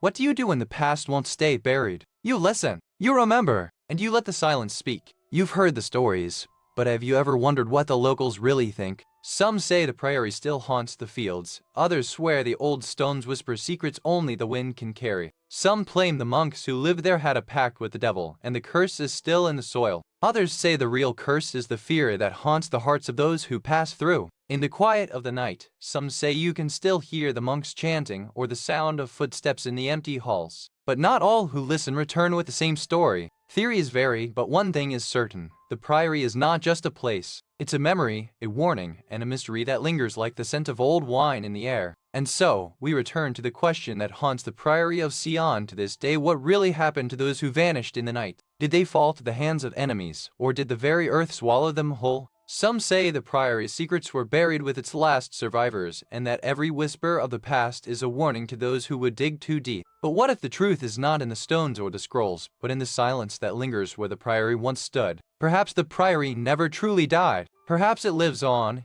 in the stories we tell, in the echoes we hear when the wind whispers through its broken arches. And so, the mystery remains waiting, as always, for the next curious soul to step into the light and find themselves lost in the dark. You know, sometimes the most powerful stories aren't the ones that scream, but the ones that whisper, and they're the ones that linger, long after the fire has died down. So as we wrap up this tale of the Priory of Sion, I leave you with this. What if the past isn't truly gone? What if it's just waiting, in the silence between the lines of history? Now, if you'll excuse me, I have a feeling the next tale is waiting just beyond the veil of the unknown. Stay with me, and let's not be done yet. You've heard of ghosts in the White House, but have you ever wondered what it's like to walk those hallowed halls at midnight? Imagine stepping into a place where history whispers and the air feels heavier than the silence. This isn't just a building, it's a living memory, filled with the echoes of presidents, their secrets, and the weight of their choices. Some say the walls remember the sorrow and the sin, and they don't let it go so easily. So, you know, the White House has always had a sort of quiet dignity, but behind those grand columns and marble halls, there's a story that's older than the nation itself. It started with a man named James Hoban, who designed the building, though he didn't live to see it rise. Hoban was an Irish immigrant, a carpenter and architect, and he brought with him a vision of a house that would stand for generations. But he wasn't the only one with a hand in its creation. The British architect Charles Bulfinch had already drawn the plans, and the Frenchman Pierre-Charles L'Enfant helped shape the city around it.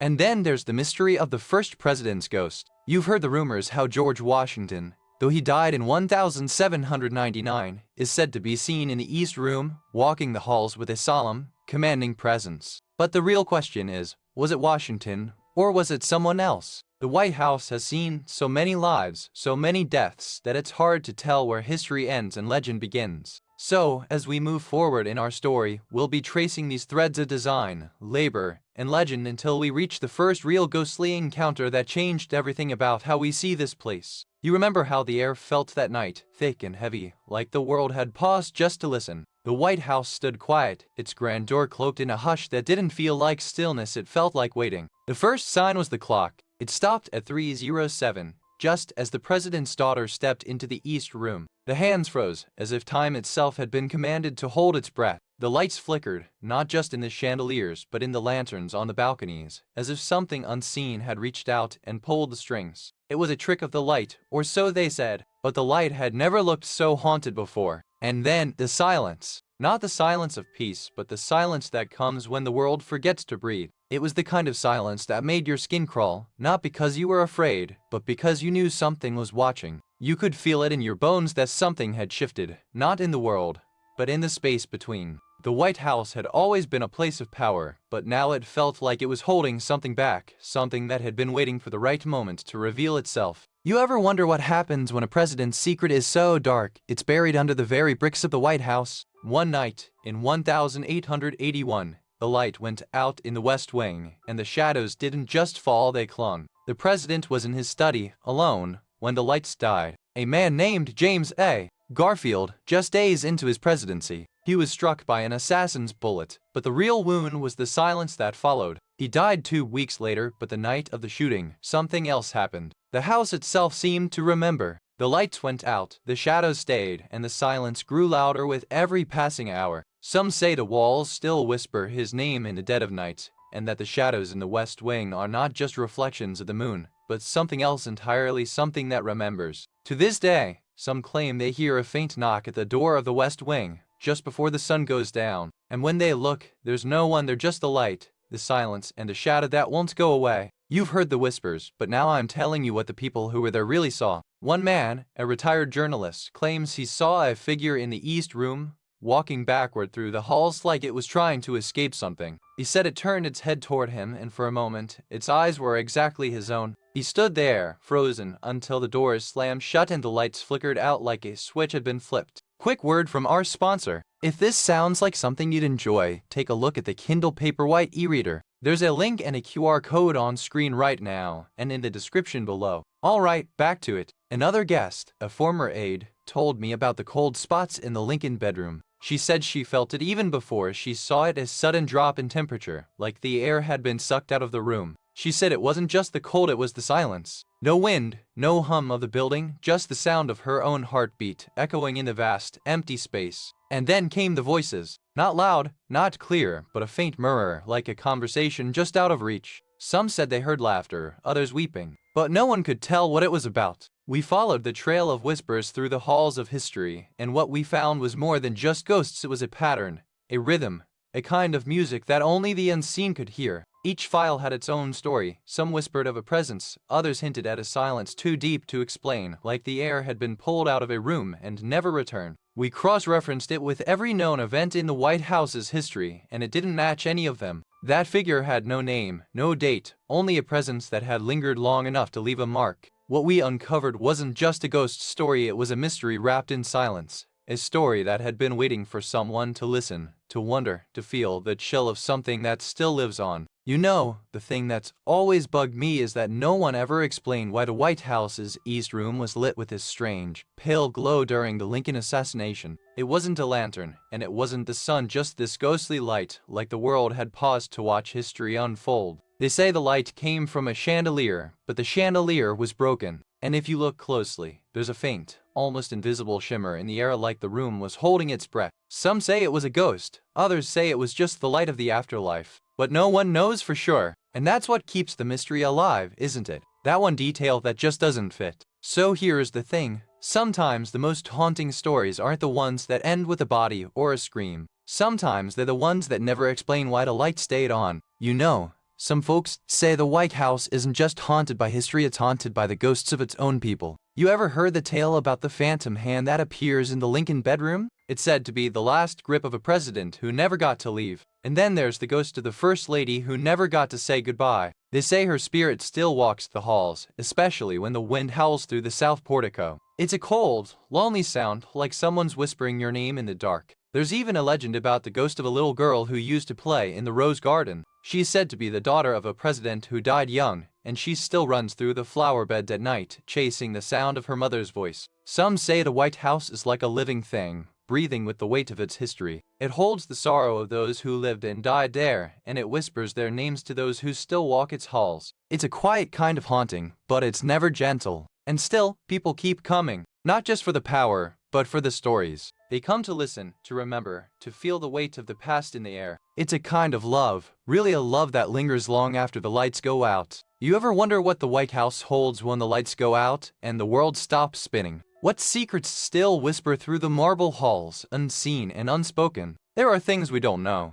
things that never made it into the official records, things that slip through the cracks of history like smoke through a window. Some say it's the weight of 100 years. Others whisper of a ghost that never left. But the truth, it's still out there, buried in the silence between the echoes. We may never know what happened, but sometimes the past doesn't stay buried. It waits, it watches, and it calls out to those who dare to listen. So, my dear, what do you think? What do you believe? And more importantly, what do you hear when the lights go out? You ever notice how the White House seems to hold its breath in the quiet hours, like it's waiting for something or someone to stir? It's not just the ghosts of presidents or the weight of history, it's the silence. The kind that makes you feel like you're not alone, just watched. Maybe that's why we keep coming back to this place. Not for the stories, but for the feeling that something lingers, even in the light of day. So as we move on to the next tale, I'll leave you with this. Sometimes, the most haunting things are the ones that don't speak. Just wait. And if you hear a whisper, just remember, it might not be the wind. You've heard of haunted castles,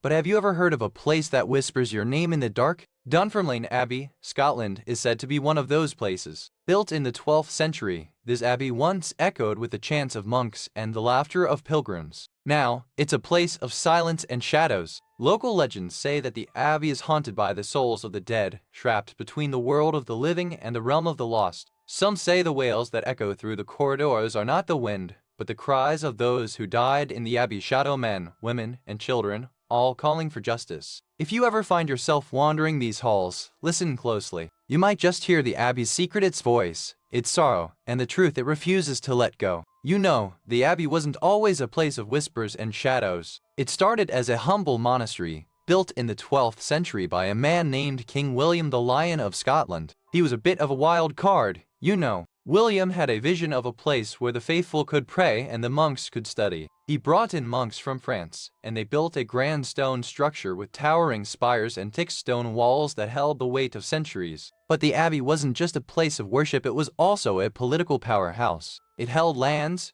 collected taxes, and even acted as a courtroom for the king. It was a place where the sacred and the secular danced together. Monks, nobles, and even kings walked these halls. But as the years passed, the abbey saw its share of tragedy, wars, betrayal, and the slow erosion of its power. And with each passing decade, the walls began to remember. The walls that once held prayers and power now hold secrets. And as the centuries turned, the stories they kept began to echo through the stones, like a lullaby from the past. You remember the silence, don't you? That moment when the wind stopped and even the birds fell quiet. Then it started just a whisper at first, like a voice caught in the walls trying to get out. It wasn't just the wind. The walls seemed to hum, a low vibration that made your bones vibrate with it. You could feel it in your chest, like the building itself was breathing. You tried to shake it off, to tell yourself it was just the wind or your imagination. But the walls had started to hum again, and this time, it wasn't just the building, it was the air itself. And then, the first real chill. Not the kind of chill that comes from the cold, but the kind that crawls up your spine and makes you wonder if you've stepped into something that's been waiting for you. You ever heard a wall cry? Well, Dunfermline Abbey isn't just a ruin, it's a living thing, and it's been weeping for centuries. The stones here don't just echo, they wail. In 1893, a young girl named Margaret was found wandering the grounds, her clothes torn, her face pale. She didn't speak a word, just stared at the walls like they were speaking to her. The local priests said she'd been seen running through the cloisters at midnight, calling out to the stones. But when they searched the abbey, there was no sign of her, just a single, blood-stained handprint on the wall. Now, whenever the wind howls through the abbey, people say they hear Margaret's voice, whispering for help. But the walls don't just remember her, they remember the silence that followed. And if you dare to press your ear to the wall, you might just hear it too. A soft, child's voice, calling out from the darkness. But don't answer. Not yet. I once spoke with a woman who swore she heard the walls of Dunfermline Abbey weep in the dead of night. She said it wasn't just sound, it was a deep, sorrowful wail, like a child crying for its mother. She described the sound as coming from the very stones themselves, like the building was alive and mourning. She said the echoes would last for minutes, then fade into silence so thick you could almost taste it. She told me about a man who lived nearby for years, and he never spoke of the wailing. But one day, he vanished without a trace. The locals say he was taken by the abbey, or that he finally joined the walls in their mourning. Some say the abbey is remembering the lives it once held. Others say it's trying to tell a story that no one wants to hear. But one thing is certain, the walls are not silent. Quick word from our sponsor. If this sounds like something to enjoy, take a look at the Amazon Echo Dot smart speaker. There's a link and a QR code on screen right now, and in the description below. Alright, back to it. We began with the old surveyor's maps, and the first thing that struck me was how the abbey's walls seemed to shift on the page, like the ghost of a place trying to escape the ink. Then there were the footprints in the gravel, fresh as yesterday, leading straight to the cloister like someone had just stepped out of the past and left their mark behind. The air felt heavier inside the abbey, like it was holding its breath, and the silence wasn't just empty, it was waiting for something to wake up. One of the researchers claimed to hear a whisper in the corridor, but when we turned, there was only the sound of the wind and the faint echo of a child's laugh. And then there was the scent like old parchment and something sweet and bitter, like a memory you can't quite place but feel in your bones. There's one detail that has never been explained, and it's the one thing that keeps the whole thing from being solved. No one knows how the wail started. They say the abbey was built on a grave, but that's not the mystery. It's the fact that the wails only come at night, and only when the wind is still. Some say it's a curse, others say it's a soul trapped in the stones. But none can say for sure why it started or why it never stopped. And that's the thing, you see. No one ever found the source of the sound. It just keeps coming, like a memory that won't fade. You've heard the stories, but what about the people who still believe? Some say the wails come from a lost nun. Others whisper it's a vengeful spirit from the Black Death. What do you think the walls remember? In the 1950s, a local historian claimed the wails were just whined through the cracks, but the townsfolk still gathered to listen. Did the wind ever sound like a woman crying? Some say the abbey's stones are still cold from the last time a spirit was trapped here. Did you ever feel the chill of something watching you when you walked these halls? Even today, the wails are part of the town's rhythm. Some say they're the abbey's way of remembering. What do you think the walls are trying to tell us? You know, sometimes the greatest mysteries aren't solved by detectives or experts, but by the silence that follows. The whispers in the walls of Dunfermline Abbey still echo. But now the question is, what if the ghost isn't a victim, but a warning? The locals say the ghost isn't just haunting the place, it's trying to tell us something. But what? A child's handprint appears on the wall, and the wind howls as if it's trying to say, this isn't just a story. The last search for the missing child ended with more questions than answers. Some say the boy was never found. Others say he was never there at all. The truth, it seems, is still hiding in the shadows. And so the abbey stands as sentinel of the past, still listening, still waiting. The walls have more to say, but will anyone ever hear it? That's the real mystery, isn't it? You ever notice how the silence between the whispers is often the loudest? Like the walls here are just remembering they're waiting for someone to listen. Some say the abbey still holds its breath, holding on to the last gasp of the past. And maybe, just maybe, it's not done telling its story yet. So when you hear that faint, mournful wail in the night, don't be surprised. The walls have their own way of remembering and their own way of waiting. And if you're ever in the mood for a story that lingers longer than the night, I'll be here by the fire, ready to tell you more. You've heard of haunted castles and old mansions, but have you ever heard of a place that whispers secrets in the dark? Let me take you to Dunfermline Abbey, where the walls don't just echo, they wail. Built in the 12th century, this abbey once stood as a beacon of faith and power. But over the centuries, it's become more than a place of worship, it's become a place where the past refuses to be buried. The locals tell of voices that drift through the corridors at night, of footsteps that echo when no one is there. Some say it's the souls of the monks, trapped between the veil of the living and the afterlife. But what really haunts Dunfermline Abbey isn't just the ghosts, it's the mystery. Who are these voices? Why do they call out? And why do they seem to grow louder as the days get colder? You've heard stories of haunted places, but have you ever wondered what it feels like to walk into one? Let me take you through the abbey's corridors, where the past is never far away. You see it now, the abbey rising from the earth like a forgotten dream, stone and shadow, its towers reaching toward a sky that's never quite clear. The walls are old, older than most of us, and they've carried secrets for centuries. It was built in the 12th century, a gift to God and a monument to power. King David I of Scotland had a vision, a place where faith and ambition would meet. But ambition has a price, and that price was paid in blood. The monks who lived here were not just scholars and servants, they were also builders of the spiritual and political world. But some were not so noble. The abbey was a place where power and piety walked hand in hand, and sometimes they didn't like each other. And then came the Reformation. The abbey was dissolved, its treasures looted, its walls left to the elements. What was once a place of worship became a place of silence and perhaps of whispers. Now, the abbey stands as a tomb for history, but some say it's not just the past that lingers here. Some say the walls themselves are alive, remembering the blood that was spilled in their embrace. You remember the first time you heard the walls weep. It was late, the wind had died, and the silence was so thick it pressed against your ears. A sound like a child's cry, low and raw, echoed from the stone. You told yourself it was the wind, or maybe the old pipes. But then the walls began to hum, like a distant lullaby, and the air grew heavy with the scent of damp earth and something older, something forgotten. The caretaker said the abbey had been empty for decades, but he also said the stones had a memory, and that some things don't fade, even when the last candle is snuffed out. You started to notice the patterns, how the wails always came at midnight, how the footsteps always stopped just short of your door. It was like the abbey was trying to tell you something, but in a language that only the stones understood. You remember the old stories, don't you? The ones about the abbey's hidden rooms, where the air smells like damp stone and the silence is louder than any sound. One autumn evening, a young monk vanished into those very halls. His last words were a whisper, "The walls are alive." No one believed him. Not then. They say he was taken by the abbey itself, by the weight of its secrets, the sorrow of its past, and the silence that had lived there for centuries. And to this day, when the wind howls through the cracks, you can still hear his voice calling for help, or maybe just calling home. I've spoken to dozens of locals, and not one will say the abbey is quiet. Some say they've heard the wails at night, like a woman in distress. Others say it's a child's cry echoing through the stone. One man said he once saw a shadowy figure standing at the abbey gate,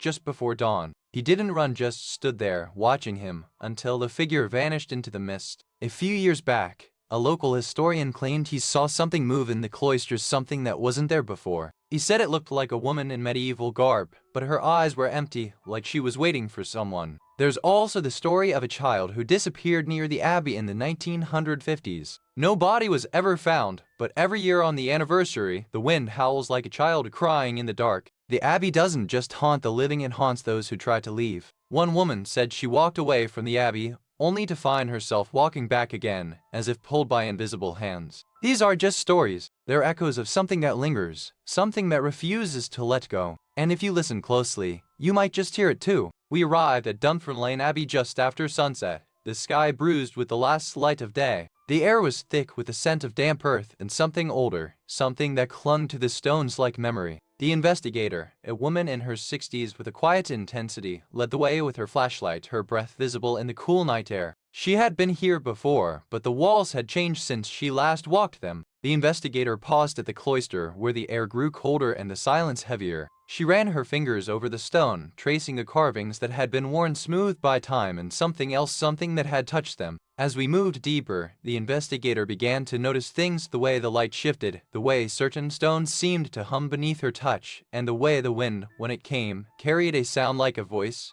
not from the air, but from the walls themselves. It was then that she realized the abbey wasn't just haunted, it was remembering. And it had been waiting for someone to listen. You know, there's one thing about Dunfermline Abbey that's never been explained. No one can say for sure what the sound was. Some say it was a woman's voice, others say it was a child's cry, but no one can say for sure. Quick word from our sponsor. If this sounds like something you'd enjoy, take a look at the Apple AirPods 2nd generation. There's a link and a QR code on screen right now, and in the description below. Alright, back to it. Some say it's the ghost of a nun, trapped in the walls for centuries. Others say it's the sound of a lost love, echoing through the corridors where time forgot to move on. And that's why they still come back, year after year. Not for the thrill, but for the hope that maybe, just maybe, the sound will speak again. But the abbey never answers. It just waits. And that's the one detail that has never been explained. You've heard the whispers, haven't you? That the abbey's walls are alive, and that the voices are not just echoes of the past, but something waiting. Some say the nuns who vanished never left, and their voices are the only thing left to remember them. Others claim it's the souls of the murdered, trapped in a place they can never leave. And then there are the children, the ones who say they hear the wails at night, and that the walls don't just echo, they speak. So, what do you think?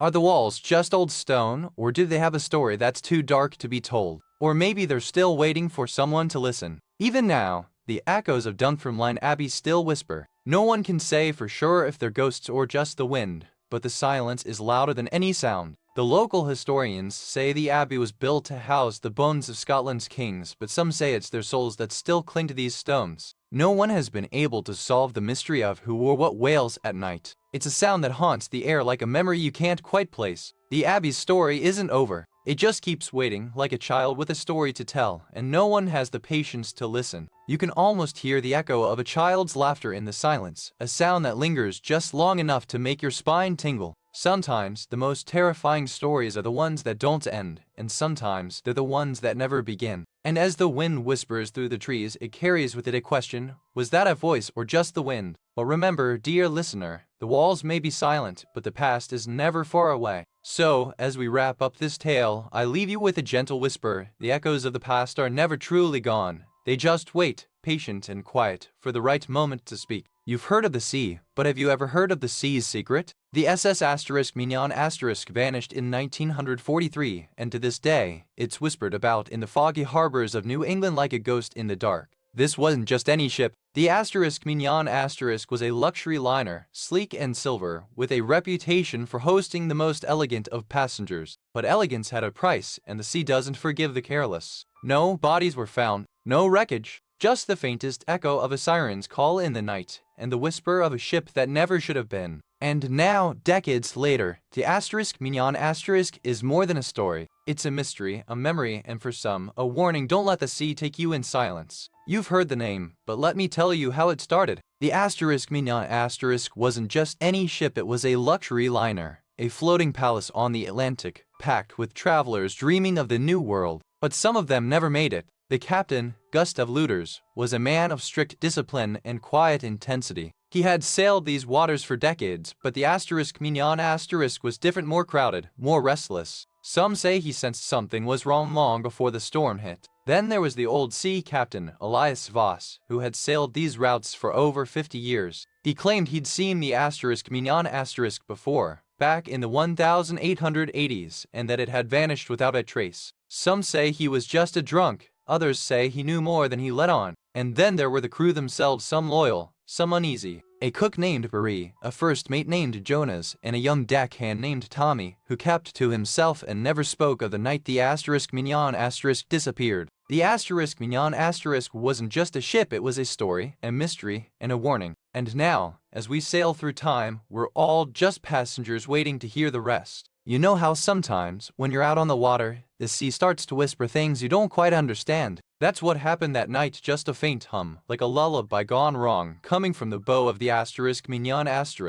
The crew didn't think much of it at first. They were tired, the ocean was calm, and the captain was in a hurry to get home. But the hum grew louder, like a low metallic groan beneath the waves, as if the ship herself was trying to speak. Then came the smell. Not of the sea, but something else, something metallic, like rust and old wood, but with a hint of something sweet, like burnt sugar. It clung to the air, and no one could explain where it came from. The crew started to whisper, not about the sea, but about the Mignon herself. They said she had a memory, that she remembered every storm, every loss, every soul she had ever carried. And now, she was remembering something she wasn't meant to. And so, with every passing hour, the Mignon grew quieter, not in sound, but in presence. Like she was waiting, watching, her memory stirring in the dark, and the sea, for all its calm, was holding its breath. You remember the night the Mignon vanished, don't you? The air was thick with the scent of salt and diesel, and the waves whispered secrets we couldn't understand. The crew was all aboard, no one missing from the manifest, yet the next morning, the ship was gone like it had never been there at all.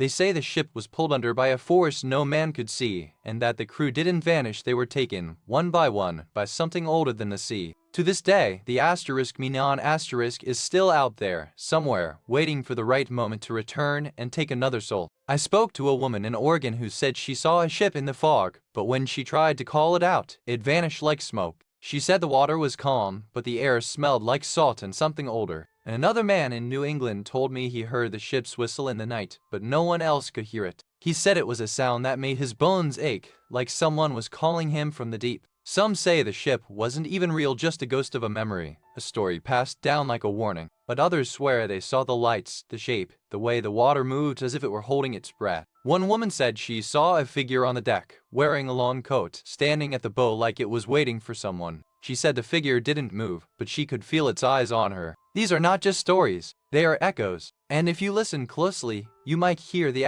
Mignon calling you back, just like it called them. We followed the trail of the Mignon like breadcrumbs in S-storm. The records were sparse, but the whispers were thick like fog clinging to the edges of a ship's bow. The Coast Guard logs mention a sudden shift in the tide, as if the sea itself had pulled the ship under. No distress calls, no wreckage, just silence, like the ocean had swallowed the Mignon whole. Then there were the stories old sailors who swore they saw the Mignon in their dreams and never woke up. They spoke of a ghostly ship that followed them home, its lanterns flickering like fireflies in the dark. The deeper we dug, the more the Mignon seemed to slip away, like a memory fading from the edge of a mine. But the truth, we suspected, was still hidden in the silence between the waves. You know, the one thing they never explain is why the Mignon bell was found in the ocean, but not the ship. It's like the ship took off with its voice, but left its body behind. What kind of trick is that? You think about it,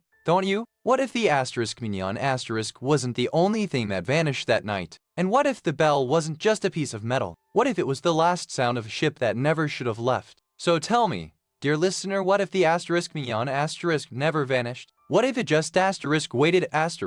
You've heard the tales of the Mignon but what about the people who still believe it? Some say the ship's ghost haunts the harbor, but others insist it's the sailors who vanished who are truly lost. There's a rumor that the last surviving captain, old and bitter, still lives at a seaside cottage, refusing to talk about the night the Mignon disappeared. But he's not the only one who knows. Some say the Mignon wasn't a ship at all, but a curse. That the men who vanished were never really there, just echoes of the sea's memory. But you don't have to believe that to feel the weight of it. Quick word from our sponsor. If this sounds like something you'd enjoy, take a look at the Fire TV Stick 4K streaming device. There's a link and a QR code on screen right now, and in the description below. Alright, back to it. Even now, people say the Mignon can be seen on the horizon, just before dawn. Not as a ship, but as a shadow. A reminder that some stories refuse to fade. And if you ever find yourself walking along that shore at night, remember, the sea never forgets. It just waits for the right moment to tell its story. And so, the SS Mignon fades into the annals of maritime history, a ghost ship in the minds of those who still wonder, what became of her crew? What secrets did she carry into the deep? To this day, no official records confirm her fate. Some say she was lost in a storm, others whisper that she was never found at all. And that, dear listener, is the true horror of the unknown. You might think, with all the advances in technology, we should have found her by now. But the sea is a fickle mistress, and some mysteries are meant to linger like the last echo of a ship's horn in the night. Perhaps the Mignon was never meant to be found. Perhaps she's still out there, somewhere, waiting for the right moment, the right person to hear her story. So, dear listener, if you ever find yourself on the water and you hear the sound of a ship's bell in the distance, don't be afraid to listen. Sometimes, the silence is the most telling of all. You think you've heard the worst, but sometimes the quietest places hold the most terrible secrets. What if the Mignon wasn't just lost at sea, but lost to time itself? The sea doesn't forget, and neither do those who sailed it. Some say the Mignon still drifts in the night, a ghost of a ship, chasing the moon with no crew, no sails, no sound. And if you're ever in the mood for a real good scare, just remember some stories aren't meant to be finished. Now, I think I'll go light a fire and pour a cup of tea. But don't worry, the stories are never done. You've heard of the ocean swallowing ships, but the Mignon that's a different kind of disappearance. A French steamer, last seen in 1922, vanishing without a sound, no distress calls, no survivors. What do you think happened to a ship that just disappeared? The Asterisk Mignon Asterisk wasn't just any ship, it was a luxury liner with cabins, fine dining, and a crew of dozens. But on the night it vanished, it was empty. No passengers, no crew. Just silence where there should have been voices. Local fishermen say they've seen lights in the distance, like lanterns, but when they go to investigate, there's nothing. Just the cold, empty water and the echo of ship that never was. Some say the Asterisk Mignon Asterisk is still out there, waiting. That it's not a ship, but a ghost. A reminder that the sea doesn't forget, and that sometimes, the most terrifying things are the ones that never leave. So you're wondering, how did a ship like the SS Mignon even get built? Well, it started with a man named Henry L. Thompson, a shipbuilder from New York with a dream and a pocket full of ambition. He wanted to make a name for himself in the world of transatlantic travel, and the Mignon was his ticket. The Mignon wasn't just any ship, it was a marvel of engineering. It was meant to be faster, safer, and more luxurious than the others. The idea was to offer a smoother, more comfortable ride across the Atlantic, which was a big deal in an era where the ocean could be as dangerous as it was beautiful. And then there was the captain, a man named Charles Wren, who had a reputation for being both a skilled navigator and a man of quiet intensity. He had a lot to prove, too. He had been passed over for promotion, and the Mignon was his chance to show that he was the best. He signed on, and with him, the ship's fate was sealed. So there you have it, the beginning of a story that would take the Mignon from a gleaming promise to a ghost on the sea. It started with a man, a ship, and a dream that would soon turn into a nightmare. You remember how the sky turned gray on the day the Mignon left port, like a veil had been drawn over the world. The air was thick, and the sea looked heavy with secrets, as if it knew something we didn't. The crew said the wind had a strange rhythm, like it was trying to whisper something. They laughed it off, but you could see the tension in their eyes, like they were listening to a song only they could hear. Then the radio went quiet. Not just static, but silence. A silence so deep it felt like the ship had been swallowed by the ocean itself. And no one dared to speak for a long time. The last message they received was a voice, shaky and distant, saying, "Something's in the water, something's watching us." Then the line went dead, and the Mignon vanished without a sound. You wonder now, if they ever heard the last whisper, if the sea kept it secret, or if it finally let them go and took their voices with it. You see it now, the Mignon gliding through the fog, her lanterns flickering like tired eyes. The sea was calm that night, but the air was thick with an unnatural stillness, as if the water itself held its breath. The last message came from the captain, written in a trembling hand. He spoke of a sound like a whale singing, but it didn't come from the sea. It came from the ship itself, as if something inside was trying to speak. The crew had been warned. A few years before, another ship had vanished under similar conditions, but they didn't believe the stories. They thought it was just a tale, a sailor's superstition, and now they're all gone. What happened to the Mignon is still a mystery, but the sea remembers, and the fog still lingers, waiting for someone to listen to the sound that no one heard. I've spoken to dozens of people who say they saw the Mignon on the water, but none of them can agree on what they saw. Some say it was a ghostly ship, others say it was a mirage, and a few say they saw something move under the surface. One man told me he was fishing when he saw the ship's lights flickering like a dying star. He said it was too close to the shore, too quiet, and the crew wasn't there. He didn't know if it was real or if he was just seeing things. Some say they heard the Mignon in the night. It sounded like a ship in distress, but no one was there to answer. Others say they saw the ship in the sky, like a phantom plane, flying in circles over the same place it disappeared. The most unsettling story came from a man who said he was on the Mignon the night it vanished. He didn't say he was there, but he said he saw it. He said it was like the ship was being pulled under the water, and the light went out like a bulb in a dark room. These accounts don't prove anything, but they make me wonder, what if the Mignon wasn't just lost, but seen? And if it was seen, what does that mean for those who vanished with it? The investigation began with a single name and a whisper of a ghost. They started with the ship's logs, but what they found was more than just records. It was a trail of shadows and silence. They found names that had vanished, dates that didn't match, and entries that ended abruptly, like the ship had been snatched from time itself. It was as if the Mignon had never existed at all. Then came the strange things, letters from sailors who had never sailed the Mignon, and voices on old recordings that didn't belong to anyone who had ever been on board. They found a room that had been sealed for decades, and in it, a mirror that showed the faces of the crew but not their own. The reflection was of the Mignon, waiting, watching. And in the end, the investigation uncovered more questions than answers. The Mignon had vanished, but it had never left. It had just been waiting for someone to listen. You know,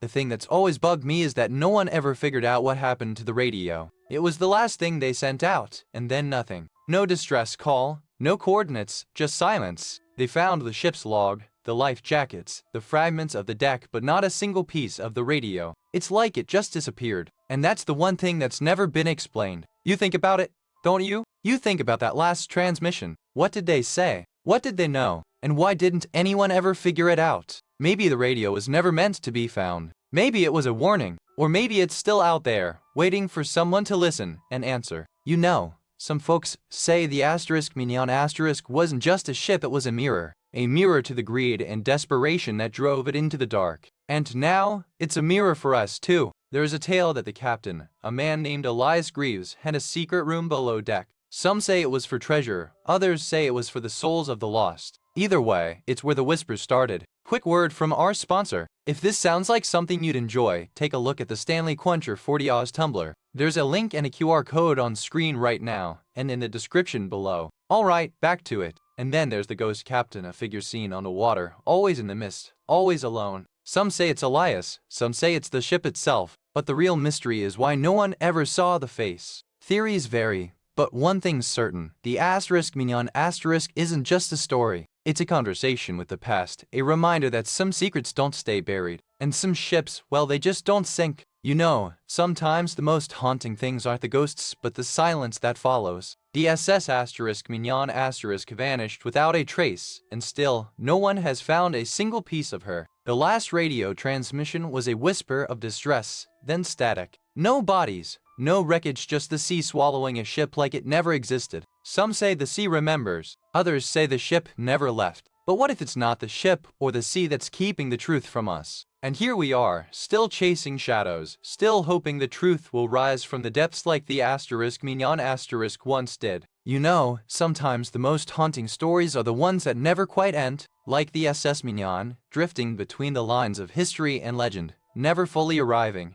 never fully leaving. We chase ghosts for answers, but sometimes the silence is the answer we're not ready to hear. And sometimes the silence is all that's left. So, if you're feeling the chill, if you're hearing the echo of a ship in the dark, take a moment. Breathe. And remember, sometimes the best stories are the ones that linger long after the lights go out. But don't worry, the next tale is already waiting. Just like the Mignon, always out there, always just beyond reach. You've heard of the deep, dark Atlantic, but have you ever heard of the SS Mignon A ship that vanished without a sound, leaving behind only whispers and a trail of unanswered questions. The Mignon wasn't just any ship, it was a luxury liner, sleek and white, built for elegance and comfort. But it was built for more than that. It was built to carry people, and people were its true cargo. It was the early 1900s, a time of great change. The Mignon sailed with passengers who dreamed of the future, but also with secrets they never shared. And one of those secrets would change everything. The ship vanished on a clear night, with no distress call, no radio signal, no trace. It just disappeared. And to this day, no one knows why, or if it was ever real. So why do we tell this story? Because sometimes, the best mysteries are the ones that never end. And sometimes, the past has a way of finding you, even when you don't expect it. You know, the SS Mignon wasn't just any ship. It was a luxury liner, sleek as a silver spoon, built in the 1920s with the kind of opulence that made people whisper, "Way shame they didn't make more of them."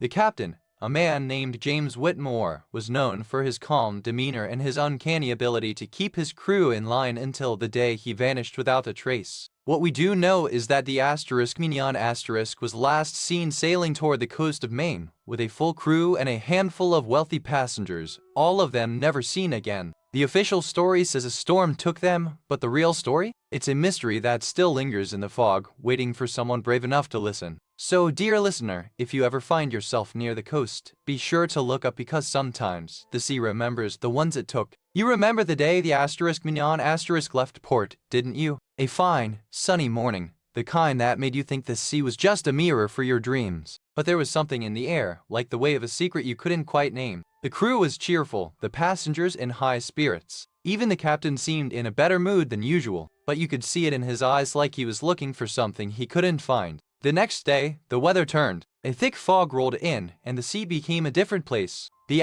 * Mignon * moved like it was being pulled by something unseen, not by the wind or the waves. By the third day, the radio was silent. The crew started to act strangely. Some of them whispered, others stared at the horizon like they were waiting for something to happen. And then, the * Mignon * just vanished. You ever wonder what they saw out there? What made a fine ship like the * Mignon * disappear without a sound? And why, to this day, no one has ever found a single piece of it? You see it now, the SS * Mignon *, a sleek, silver-sided steamship, its polished decks gleaming under the early morning sun, a symbol of progress and promise, just like the hopeful eyes of its passengers. But on that fateful day, as the ship pulled away from the pier, the calm sea turned restless and the sky darkened with an eerie, unspoken foreboding. The last sighting was of the * Mignon * disappearing into the mist, its lights flickering like dying stars, and its whistle fading into silence, a sound that would never be heard again. No one knows what happened that day,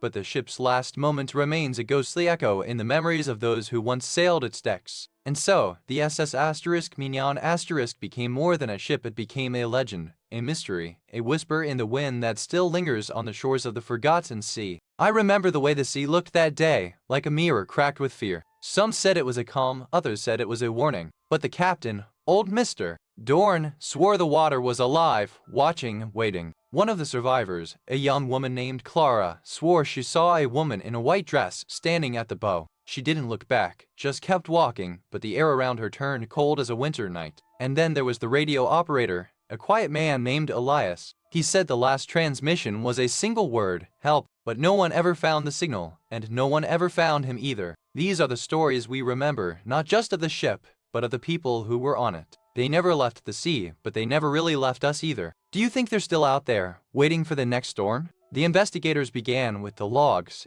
and what they found was more than just a record. It was a diary. Every entry, every notation, felt like a whisper from the past, a hint that something was amiss. They discovered the ship's last captain had written of strange lights in the distance, of a fog so thick it swallowed the sound of the waves, and of a silence that wasn't silence at all. The crew's final log entry was the most unsettling, just a single line. * The Mignon is not where she was. * No explanation, no warning, just that one strange, hollow statement. When they checked the last known coordinates, the sea was calm, the sky clear, and nothing was there. Not the ship, not the crew, not even the echo of a single wave. What they found wasn't just a mystery, it was a question that no one had the answer to, and no one ever would. But the sea, it seems, has a way of remembering. You know, there's one thing about the * Mignon * that's always bugged me. No one ever explains why the ship's bell was found on the shore, but the rest of the ship was gone. It's like the bell was the only thing that made it back,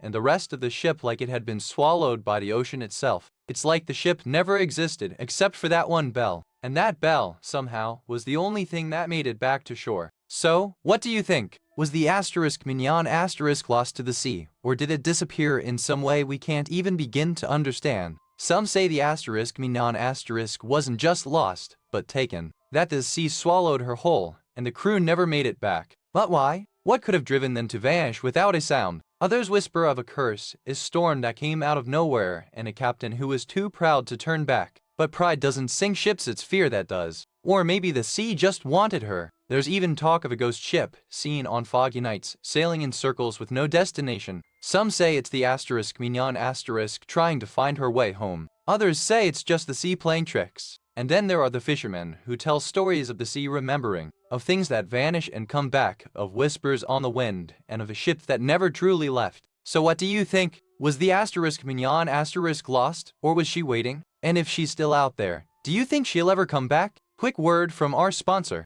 If this sounds like something you'd enjoy, take a look at the Fire TV Stick 4K streaming device. There's a link and a QR code on screen right now, and in the description below. Alright, back to it. Before you go, if you enjoyed this, please give it a like and subscribe so you don't miss the next one. And tell us in the comments what you'd like us to make next. We read every single one. Thank you so much for watching.